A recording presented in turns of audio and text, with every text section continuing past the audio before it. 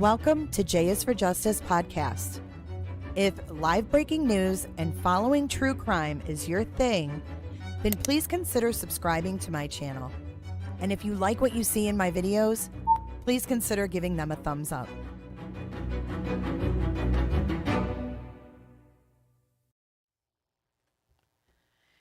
Hey everyone, welcome back to J is for Justice. We got Jess in the courtroom. I've been watching, guys. I've been doing other stuff, but I have been watching. I want to thank Jess for being there. I want to thank you guys for being here.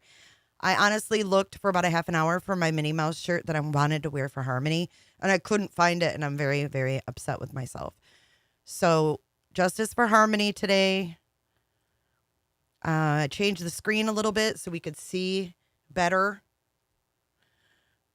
And we are live in the courtroom. We also have Jessica N in the courtroom as our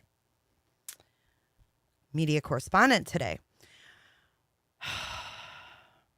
I know I'm so mad that I had it, like I found it like 3 weeks ago and I saw it and it was these Disney shirts we wore to Disney and mine had Minnie Mouse and I'm like, I've got to set this aside because I want to wear this for Harmony. But I couldn't find it. So I'm bummed. But I'm so glad that Jess is there. And this is going to be very difficult. I want everybody to be prepared because there's going to be victim impact statements, which are not going to be probably easy to hear.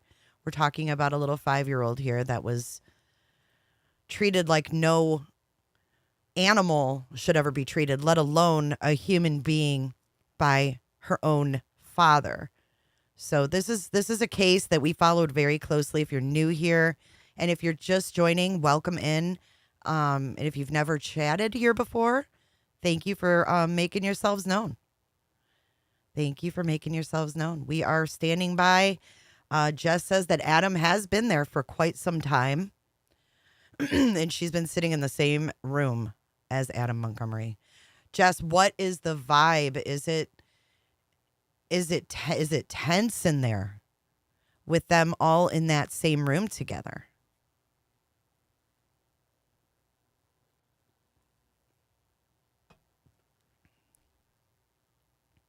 No news from Nina. I haven't heard anything on that yet, guys.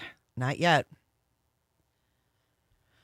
Trust me, I think that we're all holding our breath to see what happens. I will be checking the site to see if there's any updates to their hearing. I'll keep you guys posted though.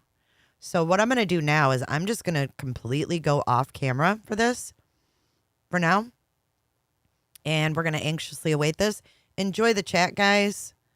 And thank you for being here. Thank you. Thank you. I'm going to be following up on other stuff while we're live here. So I will be back when this begins.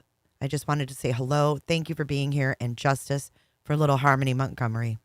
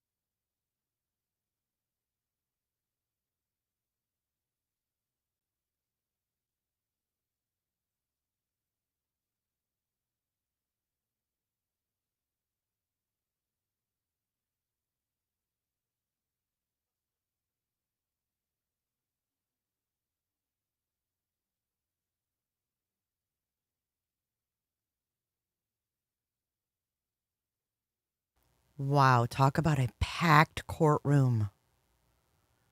There's Jess, thank God you got there early.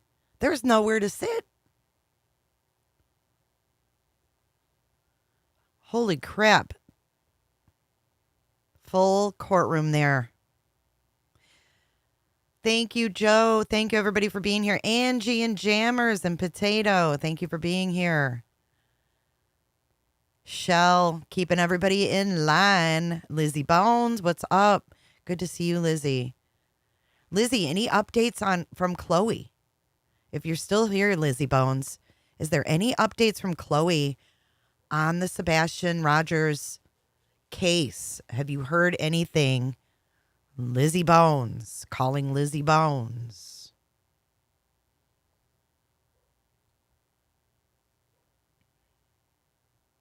Not right now, ma'am. Not right now, ma'am. You haven't heard anything? Thanks, Liz. I just wondered if there was any updates. I'm so confused with what's going on here. I know that Chloe keeps everything close to the vest and doesn't say too much, but I just wondered if there was anything that you heard. Thanks for answering.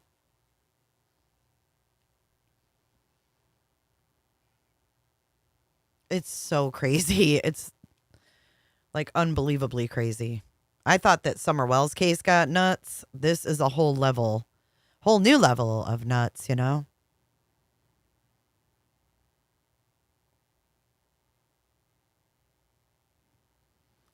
Well, Jess sat through his trial, so she's well seasoned at emotion and all of this.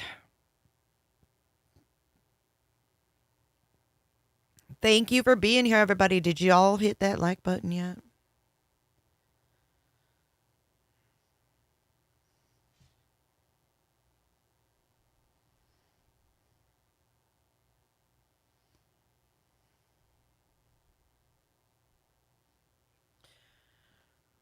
Oh, so my little quick story while we're waiting. So, oh my gosh, thank you so much, Sherry. Sherry is one of our biggest supporters here at J is for Justice. Sherry, thank you so much. Thank you for your support. So random story, but my son works down here in construction, and someone, like one of their builder guys, pulled a gun on another builder guy yesterday and got arrested. So he was just sending me the court documents saying, read this, Mom. That's crazy. Sebastian Strong, you're so sweet. Thank you. Thank you for being a voice for Sebastian. We don't have any audio yet, but we are here. Jess says, I'm good, guys. I'm glad we are in together. I'll be going on searches too. Jess is committed to harmony for sure. I'm going to log into the New Mexico courts right meow. I'll tell you if I find anything, okay?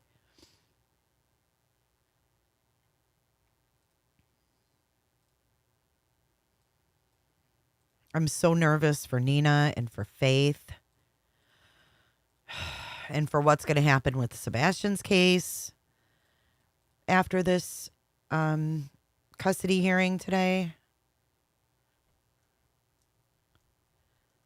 A lot lies in the outcome of this court hearing for Proudfoot. I don't see nothing new in there yet.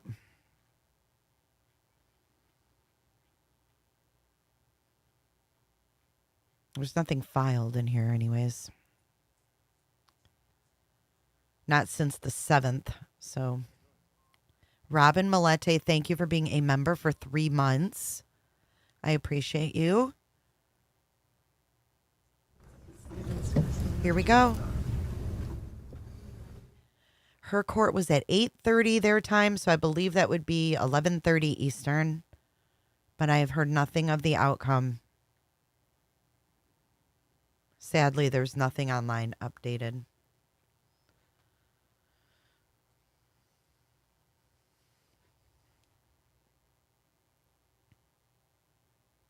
I know, Dispatch Crystal, it makes me a little scared because, They've gotten away with so much for so long. I thought we were getting audio, but they cut it again. You're welcome. I definitely am curious myself.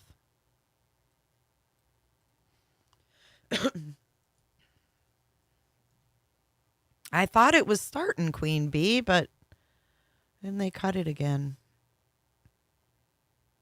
They probably had to tie up Adam's little hard top white baby shoes.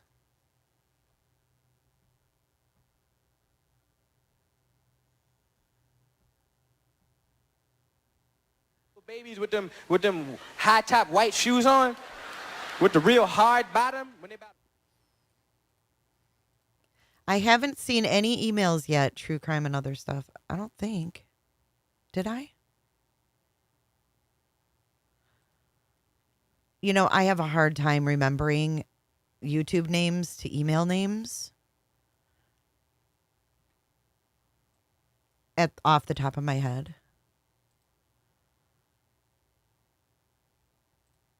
But I will check. But I'm pretty sure I did, and it was very, very nice. If I'm remembering, it was very, very nice. Sorry, I'm looking up stuff in Stearns. We have a new filing as of the 1st. Nope, we don't. Nothing new. I thought it was new.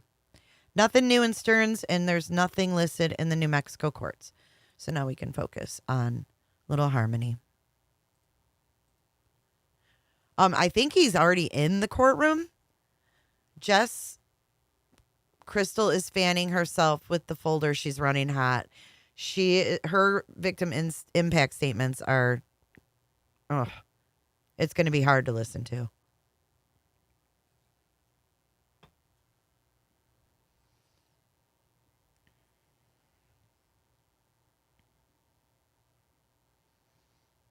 Oh, he's not in there yet. He just came and got to the courtroom, got to the courthouse. They haven't brought his arse in yet.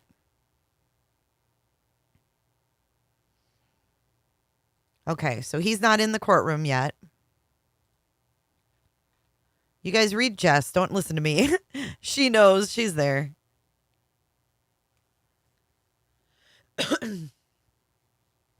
Yeah, it was on Zoom, I guess. It said it was a Zoom hearing anyways.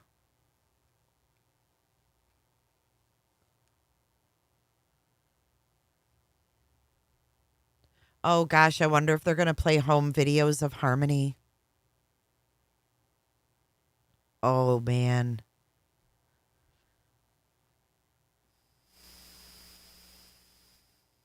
Oh, man. I wonder if they're going to play videos. I hope they zoom in on him the whole time.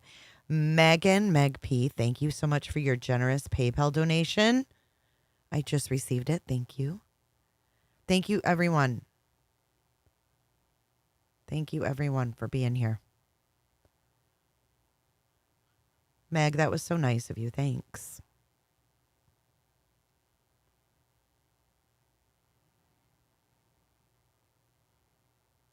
If they have videos of Harmony, I don't think we've ever... Now, correct me if I'm wrong, but... Did we ever see any videos of Little Harmony? Or ever hear Little Harmony's voice?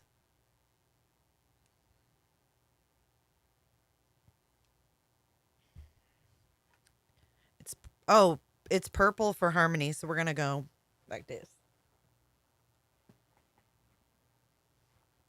There. I just made the room purple. I couldn't find my Minnie Mouse shirt, but I made the room purple for Harmony. Yeah, he'll have to come in. The judge ordered him. I don't know. Is he giving them a hard time? I'm not sure. Are the lawyers in there?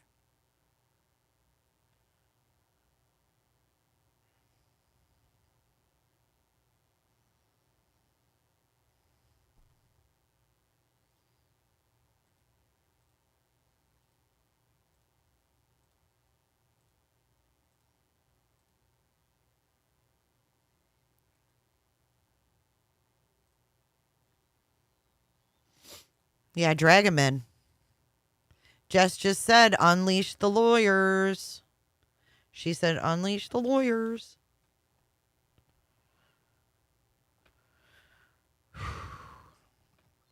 You want a cough drop?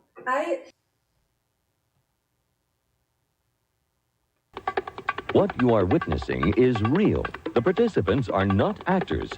I'm with Annie Pulley on this one. And with the all caps.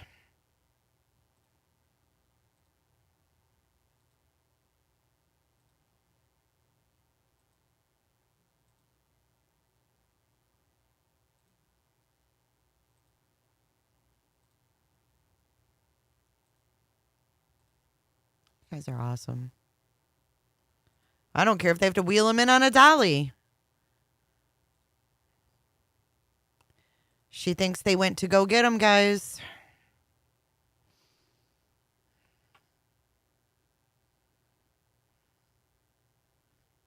Ooh-wee, that will scare somebody. Wheel him in a spit mask. I like that. Mm-hmm. Are we going to have to hear? Said, shut the fuck up. Sweet Caroline, his lawyer.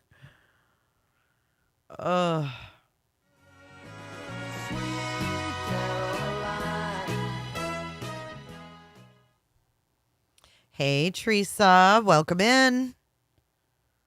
I know his lawyer was terrible.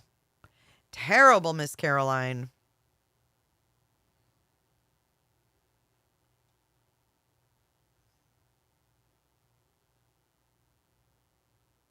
Oh my God. God forbid, one comment. Yes, take a deep breath. No, I'm serious. You have to sometimes just... I see you, Sebastian Strong.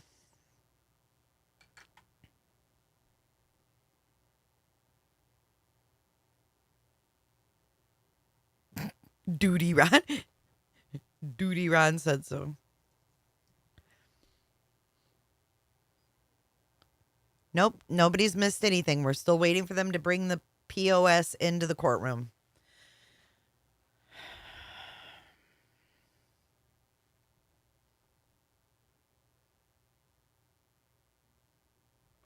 Bring it all in. I hope the judge reams him a new a-hole. I hope that all of these victim impact statements make him feel like shit. Welcome to the Waverhood. The Wayfair vibe at our place is West. I've got to get on and renew that ish. It's on my husband's phone. That's why I haven't done it. I've got to get him to do it today.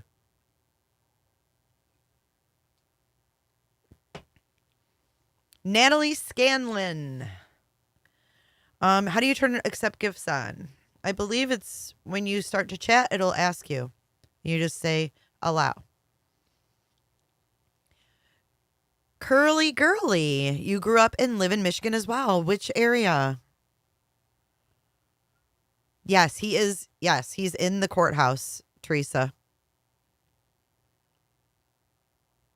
Damon Lee, I'm glad you're enjoying him.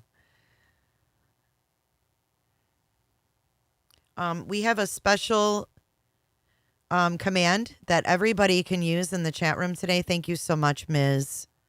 Thank you, Jay, for all your hard work and dedication. Much love and light to you all. Justice for harmony. Thank you. We have a command that everybody can use. Feel free to put exclamation point justice in the chat, and it pulls up that cute little justice for little harmony, Renee. Thank you, Angie, for being a member. It's been 2 years, 24 months. Angie, it feels like yesterday. Thank you so much, dear. Feel free to put that justice for little harmony, Renee, as much as you guys would like. The more rainbows and purple hearts and her name in this chat, the better. I want to see rainbows streaming through this chat for days. You are, Angie. You're officially an OG. Holy shit. Look at Angie's got the OG marker. Woo! Coming in hot, just like the fajita. That's amazing. All you have to do is put exclamation point and then the word justice, no spaces, and it'll automatically do it for you. Thank you, Sarah. Thank you for you and how you do it. This is how we do it. Thank you so much. Appreciate you.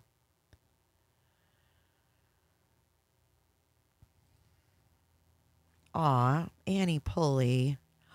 The 20th super on a live stream. My Annie Pulley. Love my Jay and tribe. We love you too, and we're glad you're here. Detroit area. Same here. Romeo. I grew up in Romeo. Coming at you from the ROMEO. I need to get that on my soundboard. Coming at you from the ROMEO. Look at Streamlabs just spitting it out. I love it. Cute. Her mom has actually asked at the end of the trial that we not say Harmony Montgomery, even though in the title and stuff I did. Taylor. Whoop, whoop. Home of Josie. Straight out of the streets of Taylor. You know what I'm talking about. You know if you know. Straight out of the streets of Taylor. Ember. Ember, every time I see that knit, knit, knit, knit, in that countdown from StreamYard or whatever, I think of you. The generic countdown. It makes me think of Ember every time now. Yeah, Taylor Tucky. Right next to Hazel Tucky. It does. It works for everybody. Doesn't it? Hang on. Let me see. Maybe I have to change permissions. Let me allow. Let me see if it's not working. Is it working for anybody else or just mods?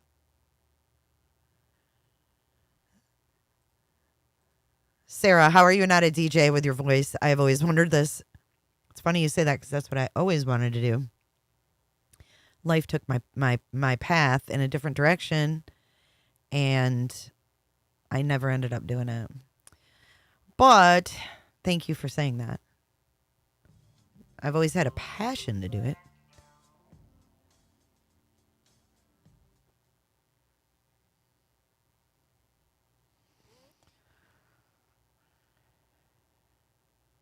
It works for everyone. Okay, yeah, it does work for everyone.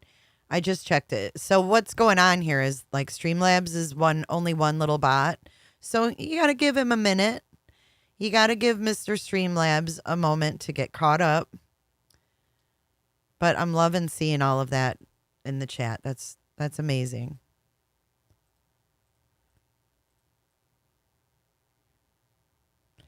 But when you feel like you have nothing to say, go ahead and use that justice command. Yeah, I've always had a face for radio as well.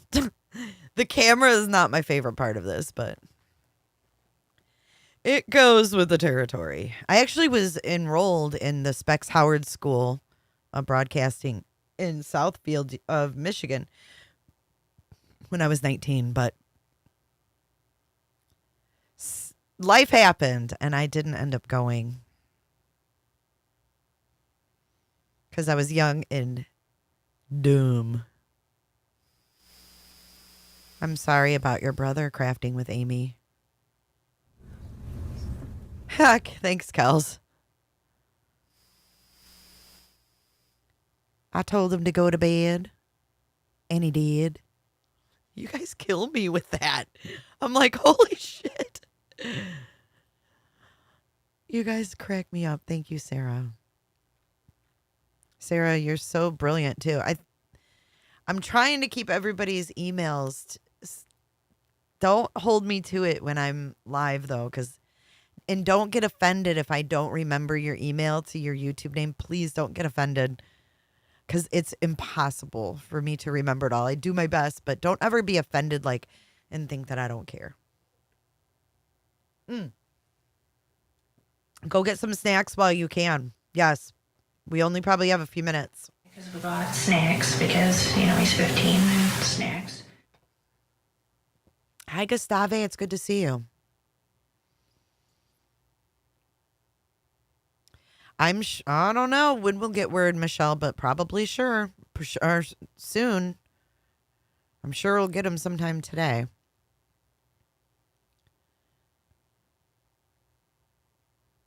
Yeah. The reporter's like, tell me about that night. Well, I told him to go to bed, and he did. Beach Life, thank you so much for your super sticker. Beach Life coming in hot. Loving the Beach Life. The Beach Life is the only life to have. Thank you so much. Hey, Lucia. Aw, Pugopolis, that really means a lot.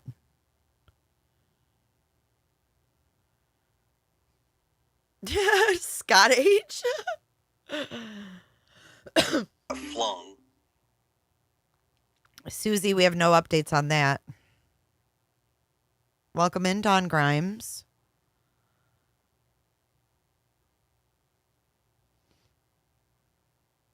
Thanks, Crafting with Amy.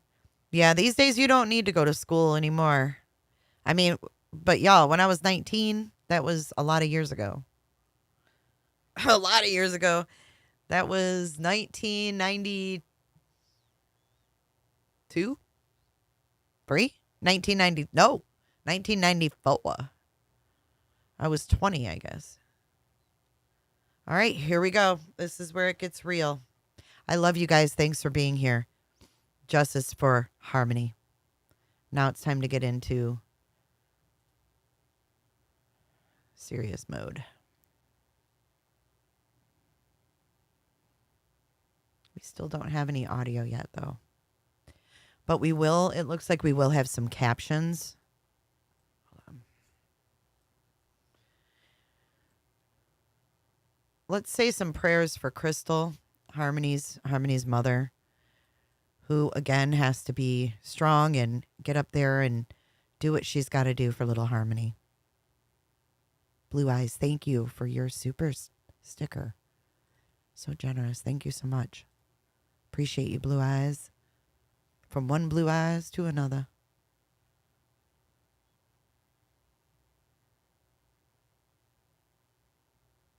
There's no audio from the court yet. Teresa, thank you for being here all the way through. And thank you so much, Jess, for being there. Jess is freaking out.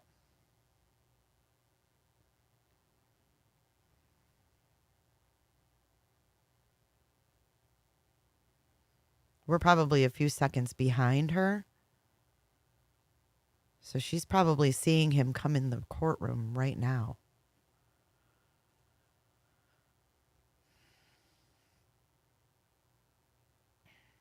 I love you too, Sirius.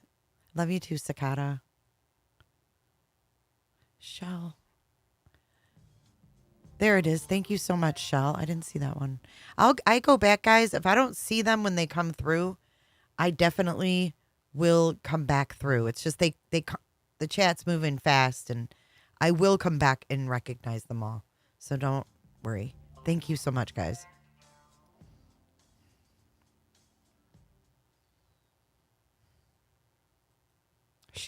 I bet you that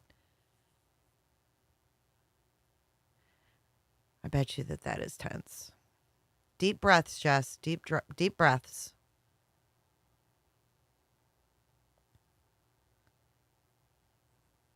We'll get sound as soon as they bring the defendant in, I think. I don't know why they're waiting so long. Like, just turn the damn sound on now. We heard the jingle jangle of Jennifer and James Crumbly. And you guys check out j4j411.live. We have our merch store there at that site. We have a tip site. If you see above, the red tip site is for the j4j411.live tip goal.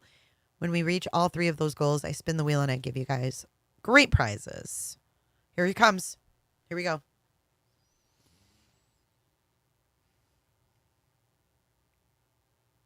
Devil.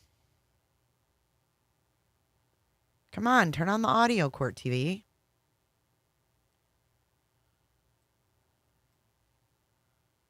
He's a monster.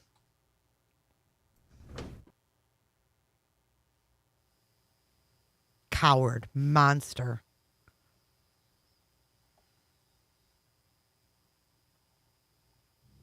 The devil is dancing tonight. Please be seated. Council approach. Did you see that look? 216-2022 CR20 and 216-2022 CR2372. Council identifying yourselves for the record. Good morning, Your Honor. Ben Agati for the state. First officer. This Caroline is their Smith audio? with the public defender. And James Brooks on behalf of the public. Come on. All right. Good morning. One moment, please. Come on. That cannot be the audio we're getting. He is a prick. Don't you turn around and look at the gallery. Don't you turn around and look at the gallery. Piece of shit.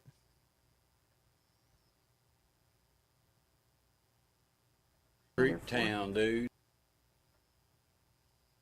Hate you, I hate you, fuck you, fuck you, fuck you.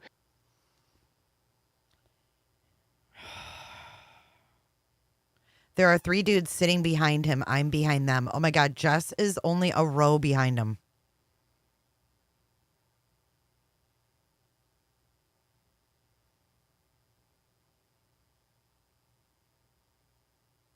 What are they saying, Jess, that we can't hear? Because we're muted.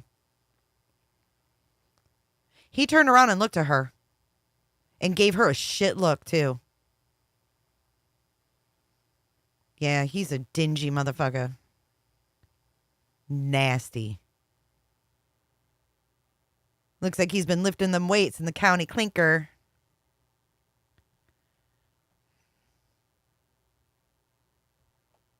God almighty. Hey, Kim Maple, welcome in.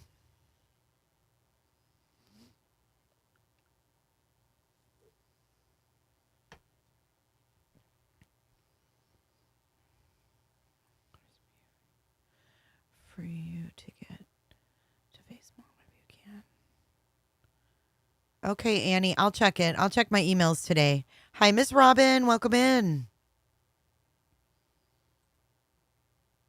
Fucking looked again. Ugh.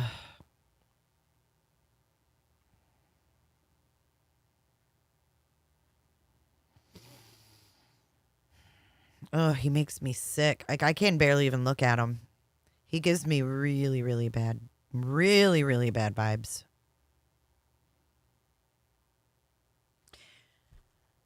Oh my gosh, Colleen just gifted 10 memberships. Thank you, Colleen. That was so generous.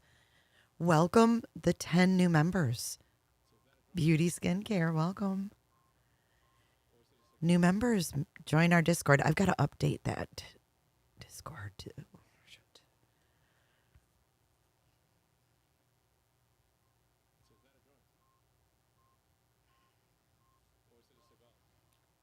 Oh, what an angle for him to turn around and look. They shouldn't allow him to look. Hi, Pine Needle. Discord, go into your settings of Discord, and where it says connections, you're going to want to connect your YouTube, the name you joined here with YouTube.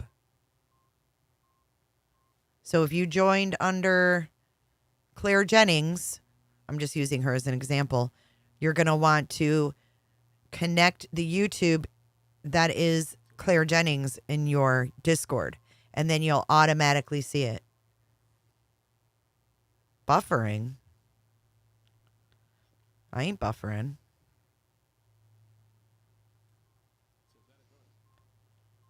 Betsy Leak, thank you so much for your super sticker. Good to have you here.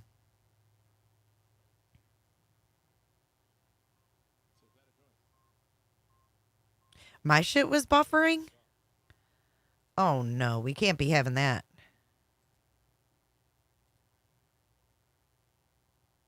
I can't be having any buffering.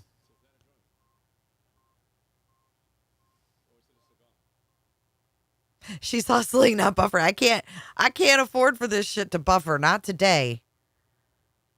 Not today. Not today, Satin. That was about the phone call. That was about a phone call?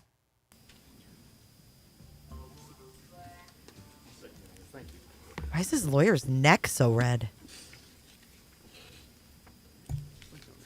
Please, Smith? Pardon? Okay, just making sure you're ready for the state to proceed. Yes. Okay. When you are ready, Attorney Gotti, you may proceed. Thank you, Your Honor. Hey, Globalism. Welcome in, everybody. We're just getting started. Jess is in the courtroom, so be watching chat for updates from Jess. Things are going to get Your Honor, emotional. as you know, the defendant has been found guilty of beating Harmony Montgomery in July of 2019, guilty of murdering Harmony Montgomery, a child under the age of 13, and then transporting and hiding and abusing her body and compacting her into smaller and smaller bags and ultimately disposing of her on March of 2020, and tampering with witnesses afterwards to ensure that this horror story that we heard at trial stayed silent.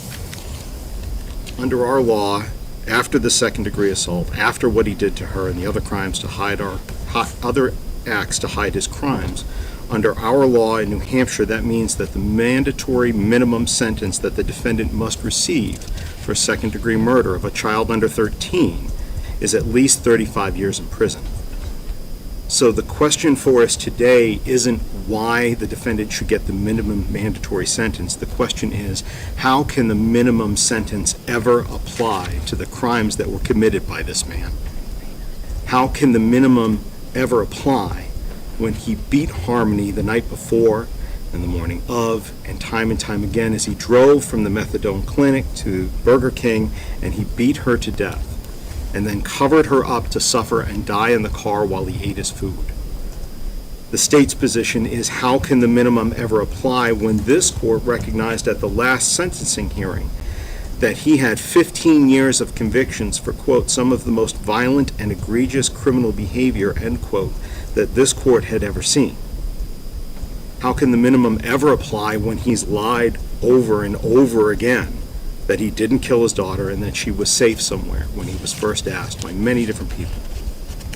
How can the minimums ever apply when he conceded at trial the crimes that involve the horrors that he inflicted upon her body from December 7th on forward up and until March, when he dumped her from the U-Haul that he had conned others into renting for him?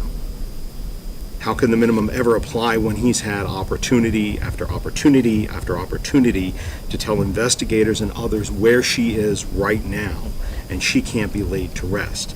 There's nothing minimal about the crimes that he's being convicted for today. The state is not going to restate everything that's put forth in the state's sentencing memorandum word for word.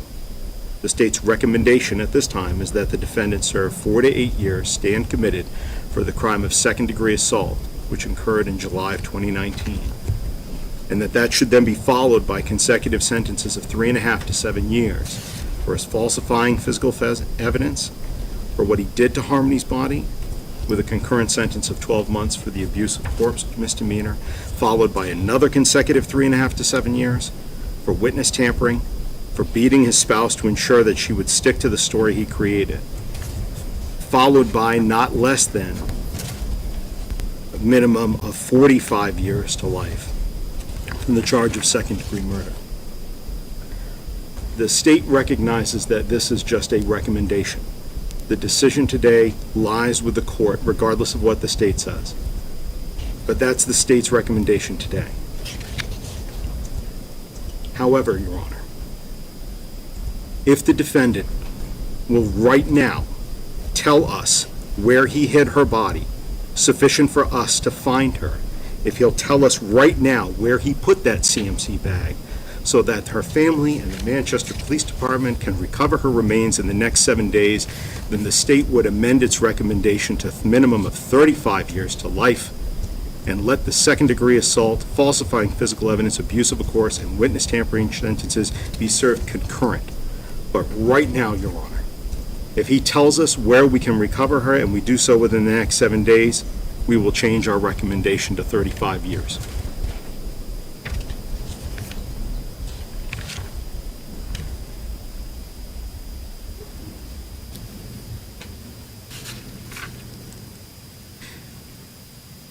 Since that offer has been rejected, Your Honor, that is yet another reason why the minimum should not apply.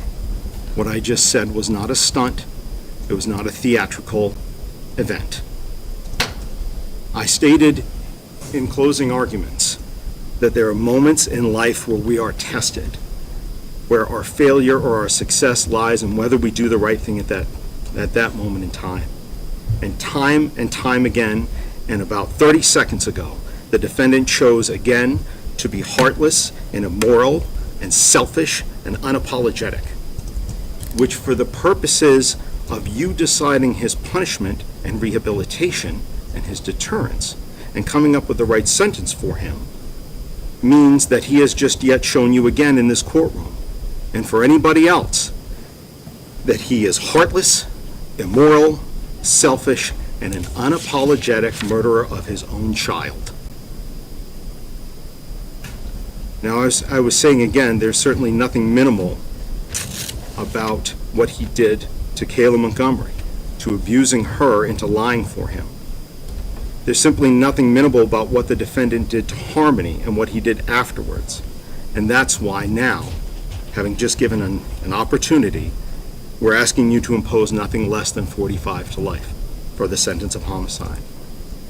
You should impose more, but 45 is a bare minimum that this defendant deserves for what he did to Harmony. She is gone forever. She didn't get sick and get old and pass away. Something didn't just happen that night. He happened. She wasn't able to be surrounded by the people that loved her, and instead, when this court determines punishment, deterrence, and rehabilitation, it should consider that Harmony died in pain and in fear under a blanket, and nobody deserves that, especially a 5-year-old child. And that kind of death is different and weighs in favor of more than the minimum sentence here. You can, if there was a thief here, you could order the return of stolen property, or you could order restitution. When you sentence a defendant for an assault case, the victim can receive treatment and compensation for her injuries, but in a murder case, there's nothing directly that this court can do for Harmony. She's already ultimately paid the price of the defendant's anger and cruelty and frustration, but what can be done is recognize the value of her life and the terrible way she died by giving the defendant a significant prison sentence, something more than just the minimum, and certainly not the sentence that the defendant may ask you for in a few moments. You can make sure that he's not going to hurt another child. You can do that for Harmony. And in that process, you'll also be doing justice for the people who cared about Harmony, for the many people that worked hard to hold her killer accountable. Most of those people, several of them, are in the courtroom today. Many more are out there. Some who are present here today would like a chance to address the court, Your Honor. Most notably, and I think has to be first and foremost, Your Honor, is Harmony's biological mother, Crystal Sword. She's present here today. She has prepared a victim impact statement that we have written that we can provide to the court afterwards, but we would like her to be able to speak to you and present her thoughts. Should we do so?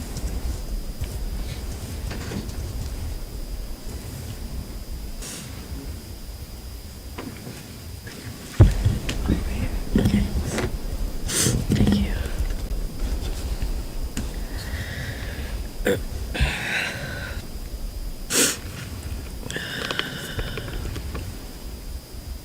You got this, girl.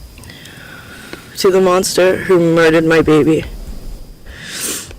I did not kill my daughter, and I look forward to trial to refute those offensive claims. That is all you have said about my sweet daughter's life. Another lie, like all the other ones you've told. Like the cover story you told, that you dropped her off with me, knowing full well and good if you had, she would be thriving right now. Not beaten and stuffed in a CMC bag where you put her. She had a life worth living, unlike your own. And it bothered you to your core that she was nothing like you and everything like me. Beautiful inside and out, funny, smart, sassy, loving, and most of all, kind. She wasn't a coward like you, and I'll be forever grateful for that. You're a coward who has to be in control of everything and everyone around you, insecure and paranoid. The list goes on. She is none of those things. She lit up a room when she walked in. She made a mark wherever she went, and you couldn't stand it. She was an incredible big sister. She loved her brother, Jameson, to her core, and I know she loved your sons too, no matter the picture you tried to paint of her. December 7th will forever be the darkest day of my life. The night you beat her to death, I woke up in the middle of the night in agonizing pain, from my head to my toes, and I felt like I was dying, not knowing, in the most brutal way, a part of me was dying. Suffering in that back seat for 20 minutes while you and your wife fed yourselves and your other children, and you got high. 20 minutes that you could have used to save her life. Did she cry for me? Did she scream? Did she beg you to stop? I'll never know. Because like I said, you're too much of a coward to tell the truth and do one good thing for Harmony. You may have taken her physically from me, but she is always, always with me. And I will forever look for her until the end of my days. But I hope that every day and every night you are on this earth, you hear nothing but my baby's giggle. I doubt you ever heard it in this life. All she knew with you was misery and fear. I hope you hear her sweet voice telling you to stop hitting her over and over, or how she looked the very last time you saw her, broken and bruised. You were supposed to protect her, yet you did the opposite. Harmony wasn't anything to you but property that you could throw away when she was more of a burden to you than a meal ticket. Your hatred for me led you to act on your monstrous, controlling ways, and you took her because you just could not let her come home where she belongs. My love for Harmony outweighs my hatred for you, but they both gave me the strength to listen to my instincts and to help the police put you away forever. Harmony will live on through me, and you can't do anything about it. You can't do anything to stop it. I wish you nothing but pain and misery for the rest of your pathetic life, and with or without you, we will find my daughter. I always knew you weren't a good person, which is why I left you. I just never knew to what extent, but now I know you're just plain evil.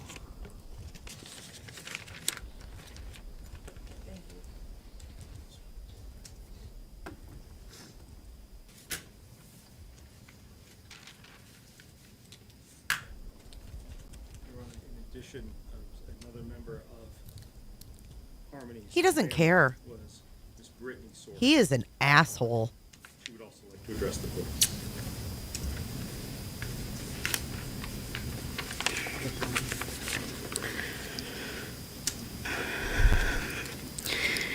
To the most vile human on the planet. The day Harmony was born is the day that will forever feel like it was just yesterday. My sister was in labor and you were in prison. Always keeping you posted. I remember that phone call with you right after she was born, and they were both in the recovery room. I was talking you down from how scared you were because you just wanted to be the best dad. And I believed in you and reminded you how good you were with my daughter, that you would be the best dad and not to worry. I couldn't even believe how wrong I actually was. You are a monster, Adam. Not the monster who's in your nightmares or the ones that terrify you when you're little. You're the monster that pretends to be a daddy and then brutally abused, tortured, and beat your 5-year-old daughter to death for the accidents you caused by locking her in a room 24/7, traumatizing her and making it blatantly clear that she could not trust, count on, or come to you when she needed someone. You didn't fight for her for 4 years like you had Kayla claim on your behalf. You lied and you forged documents You did it to have control again over something in my sister's life. You never for 1 second loved Harmony, because if you did, she'd still be here today. You wanted to control her, and when you couldn't, over and over again, because she reminded you of my sister, you took her from us because you didn't want anyone else to have her. More proof of the absolute coward you are. The fact that you sat in court at your gun trial, like my sister said, and tried to use Harmony for some sympathy by saying you cannot wait to refute the offensive claims that you killed your daughter and you didn't and you loved her. Jury selection day, you showed up smiling at the jurors, proving exactly how evil you are. Then tell the judge the day of opening statements that you did all but kill her and expect a bunch of people to believe yet another lie from you. Because your egotistical ignorance makes you believe you are somehow smarter than anybody. You have the nerve to claim to be a victim of the disease of addiction and how it destroyed your life and all the crybaby stories you tell. The fact is this: you are a selfish, evil, conniving, poor excuse for a human being, and I hope you sit in prison every day while she haunts you day and night until it's unbearable, because that's what you deserve. I used to call you my brother. We used to talk about everything. I've seen you break down and cry and open your heart up to me. Even when you first got Harmony, I messaged you and I told you that I would help in any way if I can, if you needed it for Harmony and wanted to be a part of her life. And just like anyone else that reached out, you blocked me.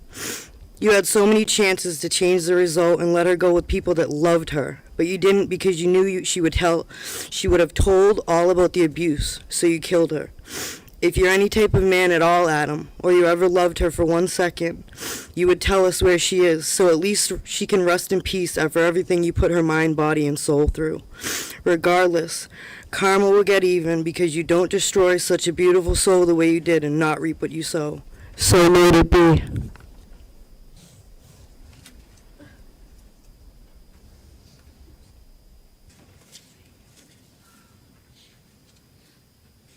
One of the other individuals in this particular event who is not present here in the courtroom today, but is the victim of the crime, that is the victim of the crime of witness tampering, is Ms. Kayla Montgomery. She has prepared a statement. We've submitted there. We will be submitting that to the court as well. It has been provided to the defense counsel.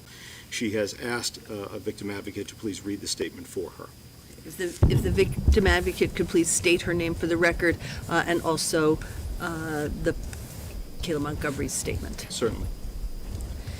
My name is Amy Van Auken, and I'm reading a statement on behalf of Kayla Montgomery.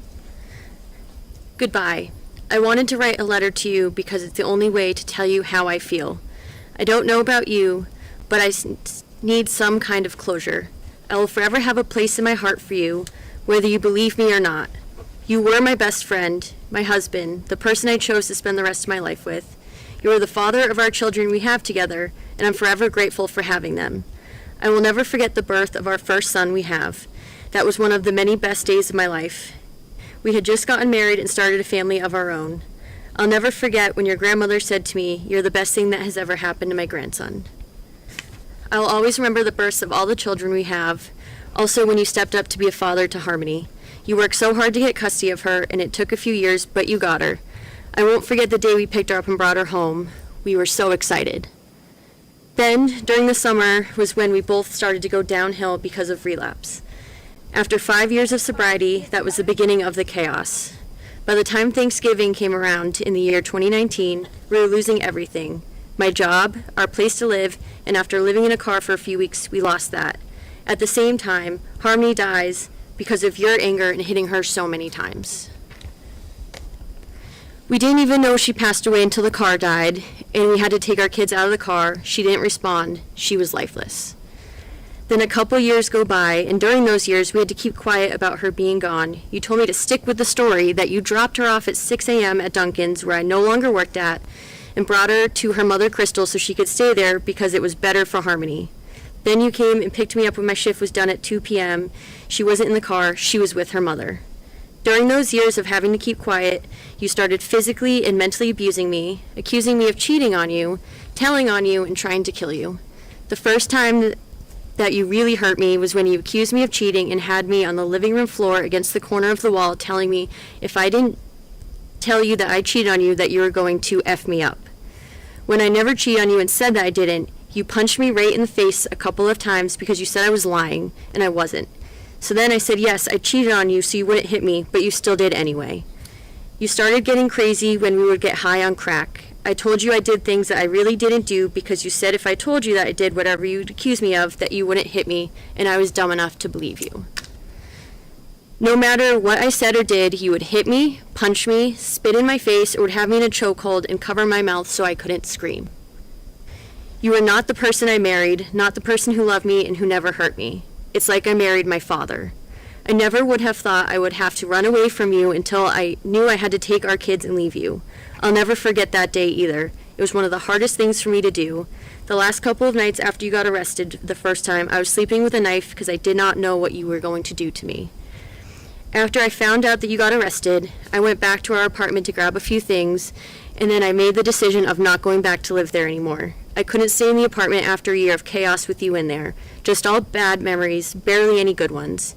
We had about 5 months total that year of living there that were good times. Other than that, nothing but bad memories. I'm so angry and hurt by you.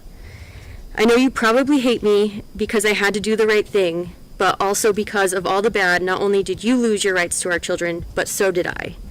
Now I'm going to have to keep fighting for them to at least be back in their lives. You seem to forget you cheated, not me, and you just left the kids and I for some girl, packed your stuff, and left to another state. I called you out on your BS when you're on your way to Maine, and I also called you out for being with someone else months before you left to Maine. You accused me, but you were the one cheating. The day you got arrested on January 2022, you called me and said to tell Kelsey you're sorry about her car. Yeah, right. That's all you're worried about, not your wife and children you may never see again. No apology for cheating on me and making me think I was crazy. So I gotta do all I can to get back on track with my life. You caused so much hurt and pain. I don't even know why I still care about you and actually feel bad for you. Oh, maybe it's because I'm not a cold, heartless person and still have some care about you. I was in love with you once. Now I still love you because you're the father of our children. This is goodbye for now. Maybe I'll see you at the future in some point. Goodbye, Adam. And then she lists the day they started their relationship was October 8th, 2015. And the day they married was Harmony's birthday, June 4th, 2017. God almighty. Your Honor, one family member who I've heard from yet is with regards to a very young man. This is Harmony's younger brother, Jameson. He lived with Harmony up until the age of 1, saw her as late as 18 months in his life. Both of his parents are here, Mr. Blair Miller and also Mr. Jonathan Bobbitt Miller, and they have a statement they would like to present.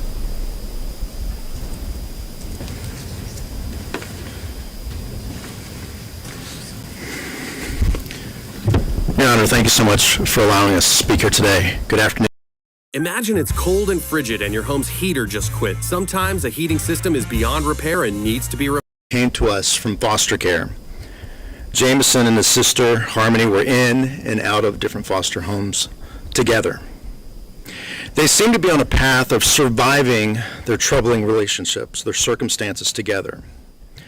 To understand the true impact that this loss has had on Jameson and will continue to impact him, you need to hear the stories he tells us and wants you to know. He wants everyone to know. When we first adopted Jameson, he would always tell us about Harmony. He would tell us about her beautiful blonde hair. He would tell us about her glasses. He still does. He would tell us about her bright blue eyes. He would tell us about her wonderful smile that lit up a room. He would tell us that she was there to help him. Jameson has constantly asked us, where's Harmony? Recently, he once was struggling to go to bed. He looked off in the shadows of his closet and said, is that Harmony there, looking back at me? These are no questions for a little boy to be asking. He no longer can hold on to that hope.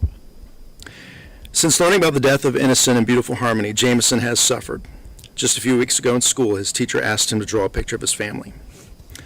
He drew a picture of his 2 dogs, his 2 brothers, his 2 dads, but then he put a heart above all of us, and inside that heart was the letter H. He said that was Harmony looking down on us.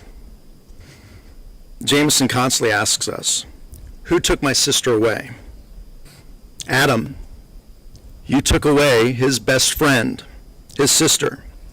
You introduced murder into his life and forever created a void that can never be filled. We will never have the right answers for him on this and can only tell him Harmony is an angel now. Jameson will grow up forever wondering how this happened, how his sister, who looked over him in foster care, didn't have anyone looking over her. You chose, Adam, to take our little boy's sister away. You don't ever deserve another choice in a free society. Your Honor, we are asking you to impose the maximum sentence.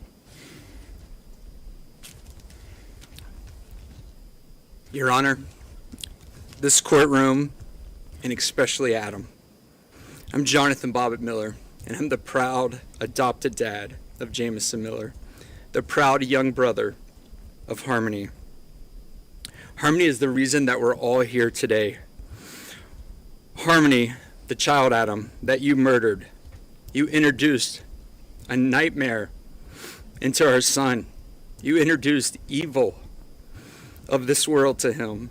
You have manipulated the criminal justice system until now, and trying to explain that to our 7-year-old son is hard.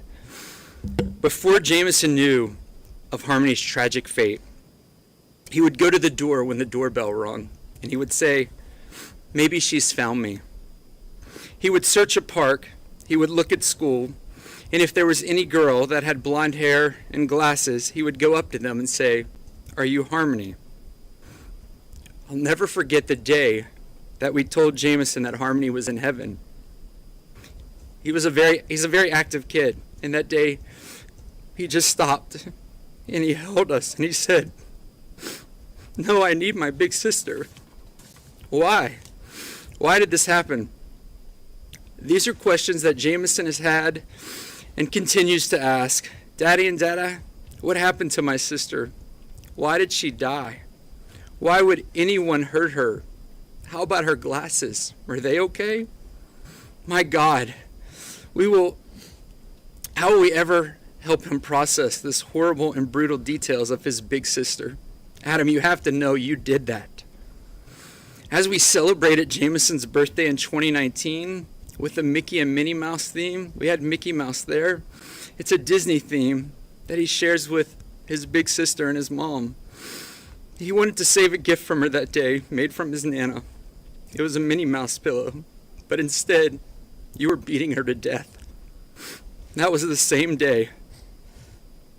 If Jameson was old enough to speak to this court today, he would want you to know the void that you left in his heart that can never be filled. Adam, he would plead with you to please tell us where she is. Let him have a place to go and remember his sister, please. He remembers her feeding him. He remembers when they would be at his foster home when she was there, that they would play in the park together. He remembers her glasses. He remembers how proud she was. How do we tell our 7-year-old that you murdered his sister, his protector, his best friend, and you showed no remorse? I wish they could be happy together today. Jameson asked, is she unhappy in heaven? If she can see him, and if we can visit her, why would anyone hurt her? That's what you've done to her son when you beat his sister to death. In her family, we really believe in love and forgiveness. I'm just not sure how to teach her son how to forgive the monster that murdered his sister. We as a family are leaning on God for that. Jameson also knows about the helpers. He knows about this court. He knows about the jury.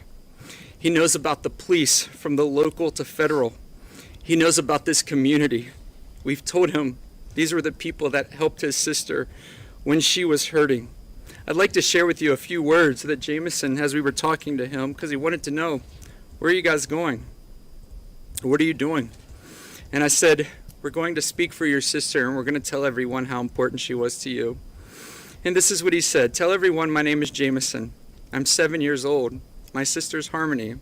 I love Harmony. I miss her. I hope I get to see her again.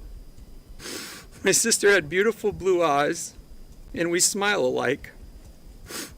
I liked having fun with her on the playground. She gave me a broken Elmo toy that was hers. I still have that, but I have the Minnie Mouse pillow and a new Elmo that's not broken. I keep it in my closet for her. I'm really sad she's an angel. I miss her. She was my best friend. I hope she can see me playing basketball, being silly with my brothers. And I wish I could bring Harmony to my school to meet my friends and my teacher. She loves the color purple and Minnie Mouse. I made a heart for her in purple and red with mirrors so I can look for her in heaven. I hope she sees me. The red is for my heart and the purple is for her. I love my sister. I miss her. I hope she's eating M&Ms in heaven. I hope her glasses are safe and not broken. And I miss you, and I will always love you, big sister. Thank you, Your Honor.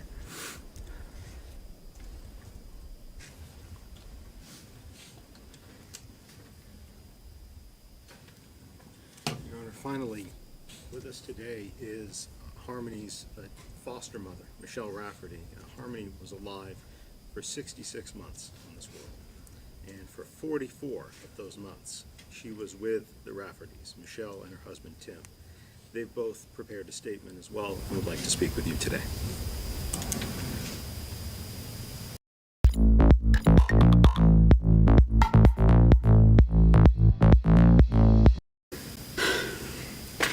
Your Honor, I'm grateful for the opportunity to speak here today. This is truly the hardest thing I have ever had to do.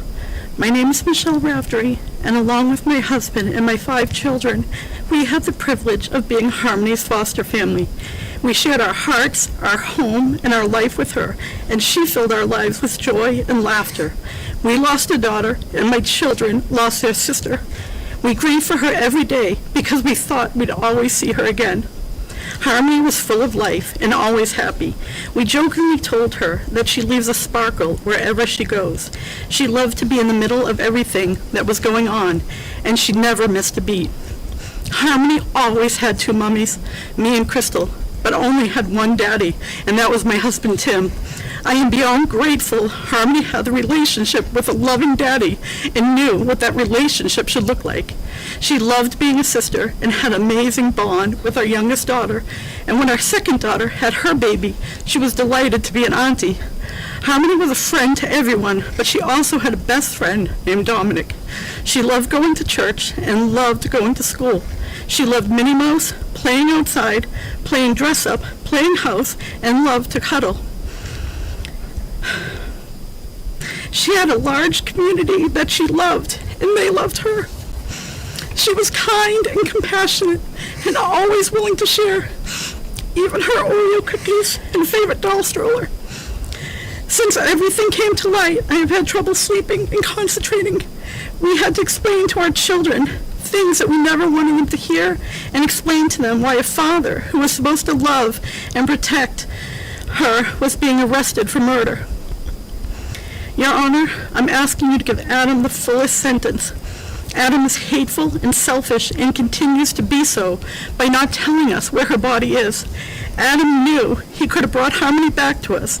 He had options, but always chose himself each time. He never put Harmony first. There were consequences for his actions, and he will have to live with them the rest of his life.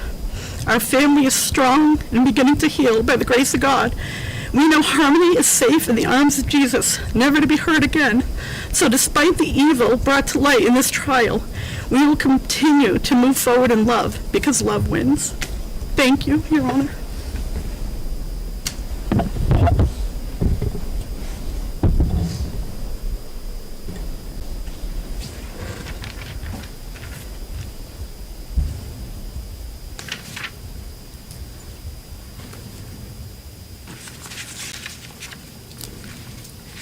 Your Honor, in addition to those statements, the state is asking you to consider not only all of the details and the facts that you heard during trial, and not only, as you would for any defendant, their criminal history, of which is laid out there and which this court is already well aware of, But we are also asking the court to take into account 2 additional charges which are still pending. Firearm that was belonging and was owned by a Mr. Ewell, and also a high-point handgun.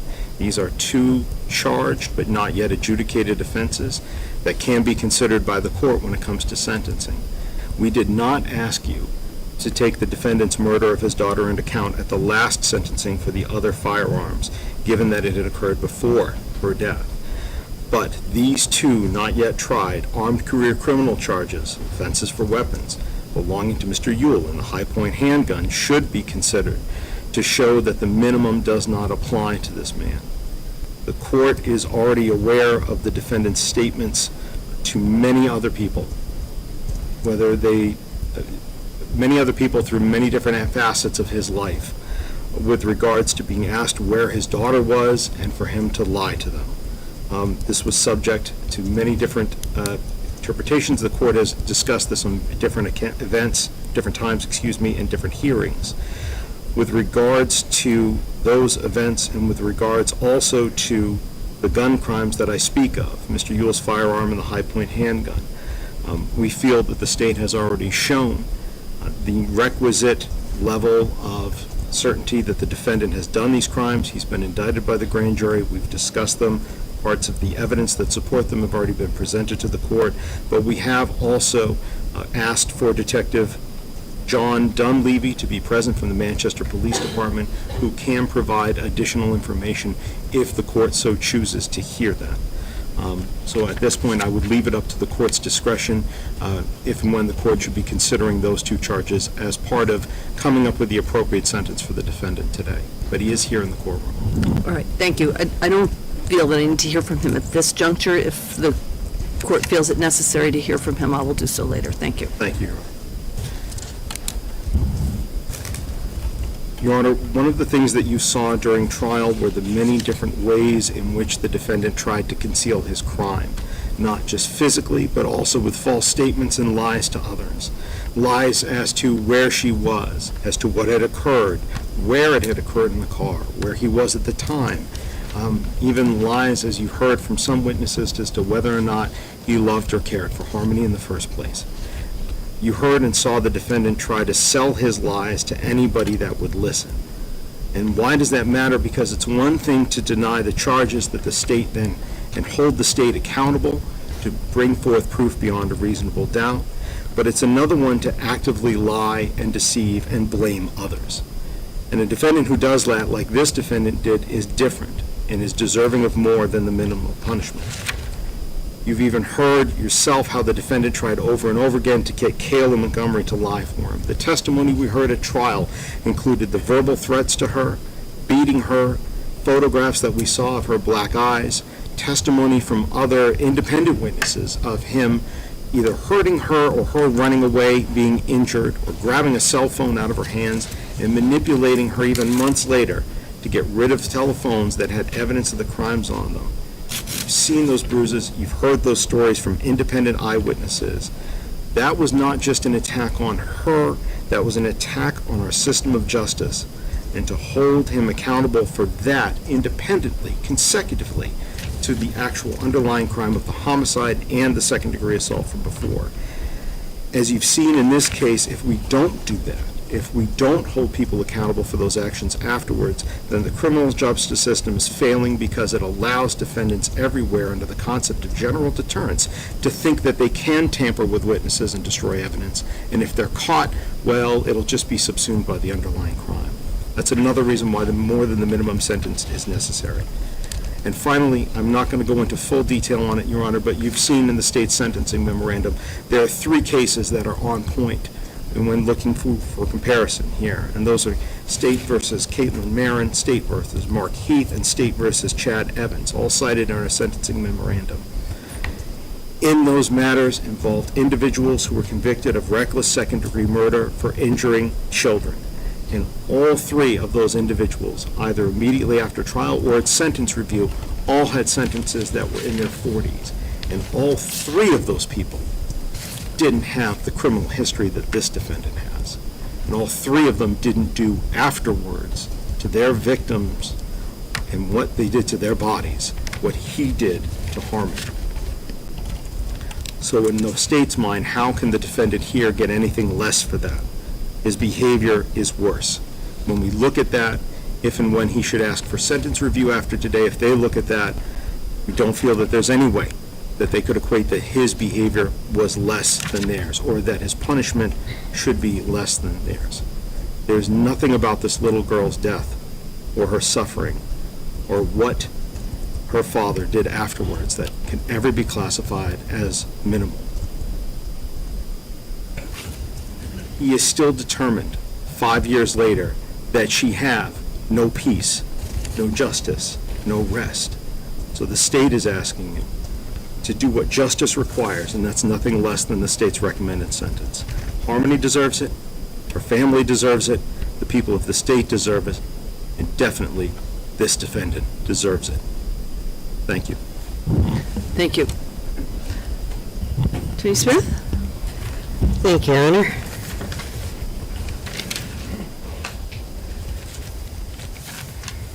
Shut the fuck up.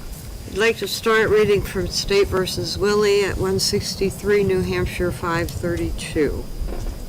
We held that just as it is unconstitutional to increase a defendant's punishment because he refuses to admit guilt, so too is it unconstitutional for a court to draw an adverse inference of lack of remorse from a defendant's silence at sentencing. Because the only affirmative way for a defendant who maintains his innocence through the criminal process to express remorse at sentencing is to forgo his right to remain silent, using a defendant's silence at sentencing to infer that he lacks remorse generally violates the defendant's constitutional privilege against self-incrimination. The state said that their offer to reduce or offer a reduced sentence of 35 years if Adam Montgomery took particular action within the next 7 days, and his reaction to that reflected heartless, immoral, no remorse. You can imagine, anybody can, that somebody walking into a sentencing hearing for something where he maintains his innocence that he did not do would be a difficult situation. That person would be assisted by his counsel, who would understand that being vilified for something that you didn't do would be difficult, who would understand that when people are trying to throw him away forever for something that you didn't do would be difficult in the courtroom. The state was doing a stunt. They were seeking a reaction today from Adam Montgomery in the courtroom by their stunt for something that they said, give us 7 days, and then Mr. Montgomery, acting appropriate with his counsel's representation, was called heartless, immoral, and no remorse. Mr. Montgomery does not have to express remorse here for something where he maintains his innocence. It would violate his constitutional rights against self-incrimination. And talk a little bit about the use of priors, as argued in the state's memorandum, to elevate what is a sentence as a mandatory minimum that is extraordinarily high, and it is high because anytime a child dies, an innocent child dies, deserves a strong punishment. And the legislature has spoken with a mandatory minimum of that punishment. The lack of rehabilitation is what the priors are put on for. I don't think anybody can permit what another person would be like after 35 years of incarceration. To assume the lack of rehabilitation for prior records that occurred from the time that Mr. Montgomery was quite young, that many, fueled by drug and drug addiction that was introduced to his life by some of the very witnesses, family members, wives, who participated in maintaining his addiction and in a lot of the conduct that he did in the prior record. He is worthy of rehabilitation, especially after what would be the mandatory minimum under this sentence. The use of the remaining charges also are inappropriate here. You did not consider the charge of homicide at his prior sentencing on the armed career criminal charges that he faced May a year ago. But you did consider the armed career criminal charges, or at least you didn't indicate that you didn't, and the state certainly argued that they should be considered as well. All of that conduct occurred in a relatively short time period, and while we dispute the probable cause, even the law says that you can consider the grand jury indictment as probable cause, which I think is completely inappropriate, but that is the law.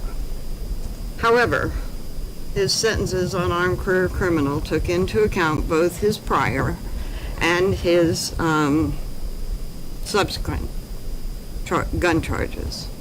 He's serving a sentence currently of what comes to be about 32, because he got 15 as a minimum on one, 15 as a minimum on another.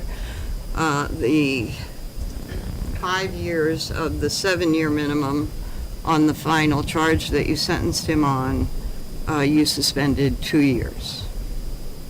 Didn't even totally give him the max on that, but certainly increased his sentence in your evaluation of his prior conduct as well as the pending gun charges.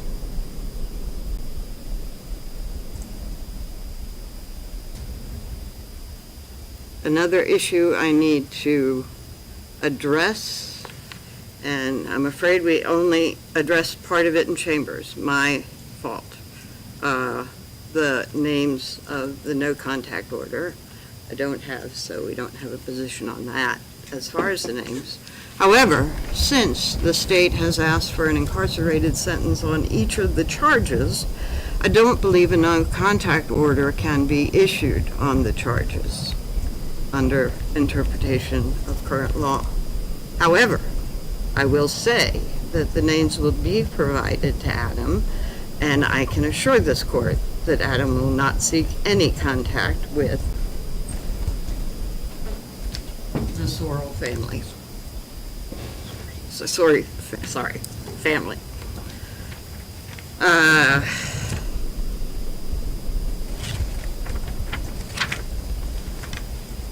So, what do you do for sentencing Adam Montgomery? Adam Montgomery does not dispute the time sought by the state for abuse of corpse and falsifying evidence. The state has requested maximum sentences on that consecutive, and Adam does understand that it affected the investigation and that behavior affects justice in the court system. And he does not dispute the sentences requested by the state on that.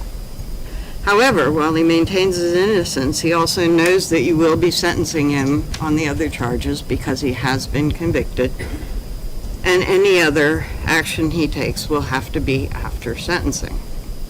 So as to the other charges, while he maintains his innocence on each of them, he can't offer a sentence because no sentence would be fair for him to say that they would be fair when he is maintaining his innocence and he did not commit those charges. So he can't offer you something that's appropriate for them, but he would request that you take into account his objections to the memorandum, and especially his silence here at sentencing, as being an appropriate position to take when he is asserting his innocence. We request that the court issue a sentence that is less than what the state has asked, and that it make the remaining charges concurrent with abuse of corpse and falsifying evidence. Adam Montgomery did not kill his daughter, but when he discovered his daughter's death, he broke, and he did inexplicable things. Even he can't explain his actions. But eventually he pulled it together, and he was able to say goodbye to his daughter. And that's what he did. If I may have a moment, Your Honor? Yes, you may.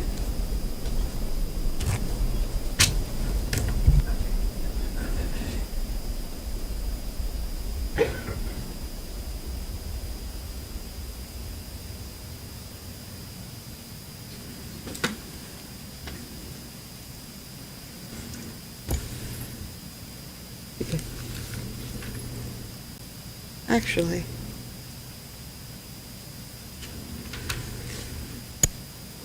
What is this woman doing? Y'all, what's going on here?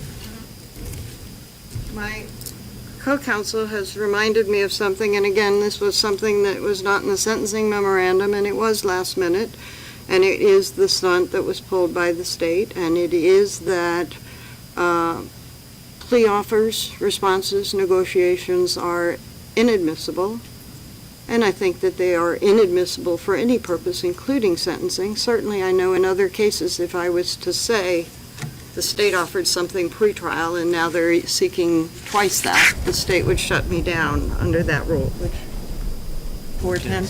410. So I think that entire stunt should be stricken from the record as well. Briefly, Your Honor, I made no such comment about plea offers that were made prior to trial in any way, shape, or form. When I called the defendant heartless, immoral, selfish, and unapologetic, and in doing so, it's about the two crimes that he has admitted that he has done. It's the falsifying physical evidence, and it's the abuse of corpse, which he admitted and even told the jury that they could find him guilty of. Those are the ones relating to the placement of the body. There's no reason to hold on to that piece of information with regards to that. The statement is not offering anything because this completely lies within the hands of the court. The statement is to make the change of what the state's recommendation would be. It's not an offer of a guaranteed sentence in any way, shape, or form. And again, it's on those charges, the one where he does not maintain his innocence anymore. Falsifying physical evidence and abuse of a corpse.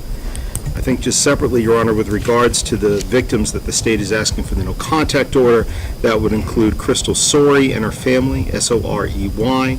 That would also include the Miller family, Your Honor, and that would be Harmony's brother's family, and as well as the Rafferty family. I can provide those spellings to the court monitor afterwards. I think those are the only additional things that the state wants to add.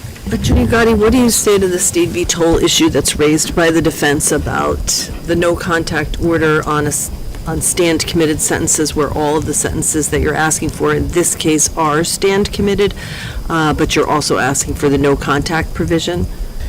Your Honor, I think with regards to that, rather than to prolong this particular hearing, the state would then also ask for a $5,000 fine on each felony for that to be suspended for the period so that the no contact order can be obeyed during that time period. And if he violates the no contact order, then that could be imposed. Suspended for what period? I would say suspended for a period of, well, on the two Class B misdemeanors, I would say suspended for at least a period of 7 years upon the beginning of that serving of that sentence. And for the charge of second-degree murder, I would say beginning on for a 20-year time period, beginning when he starts serving that sentence.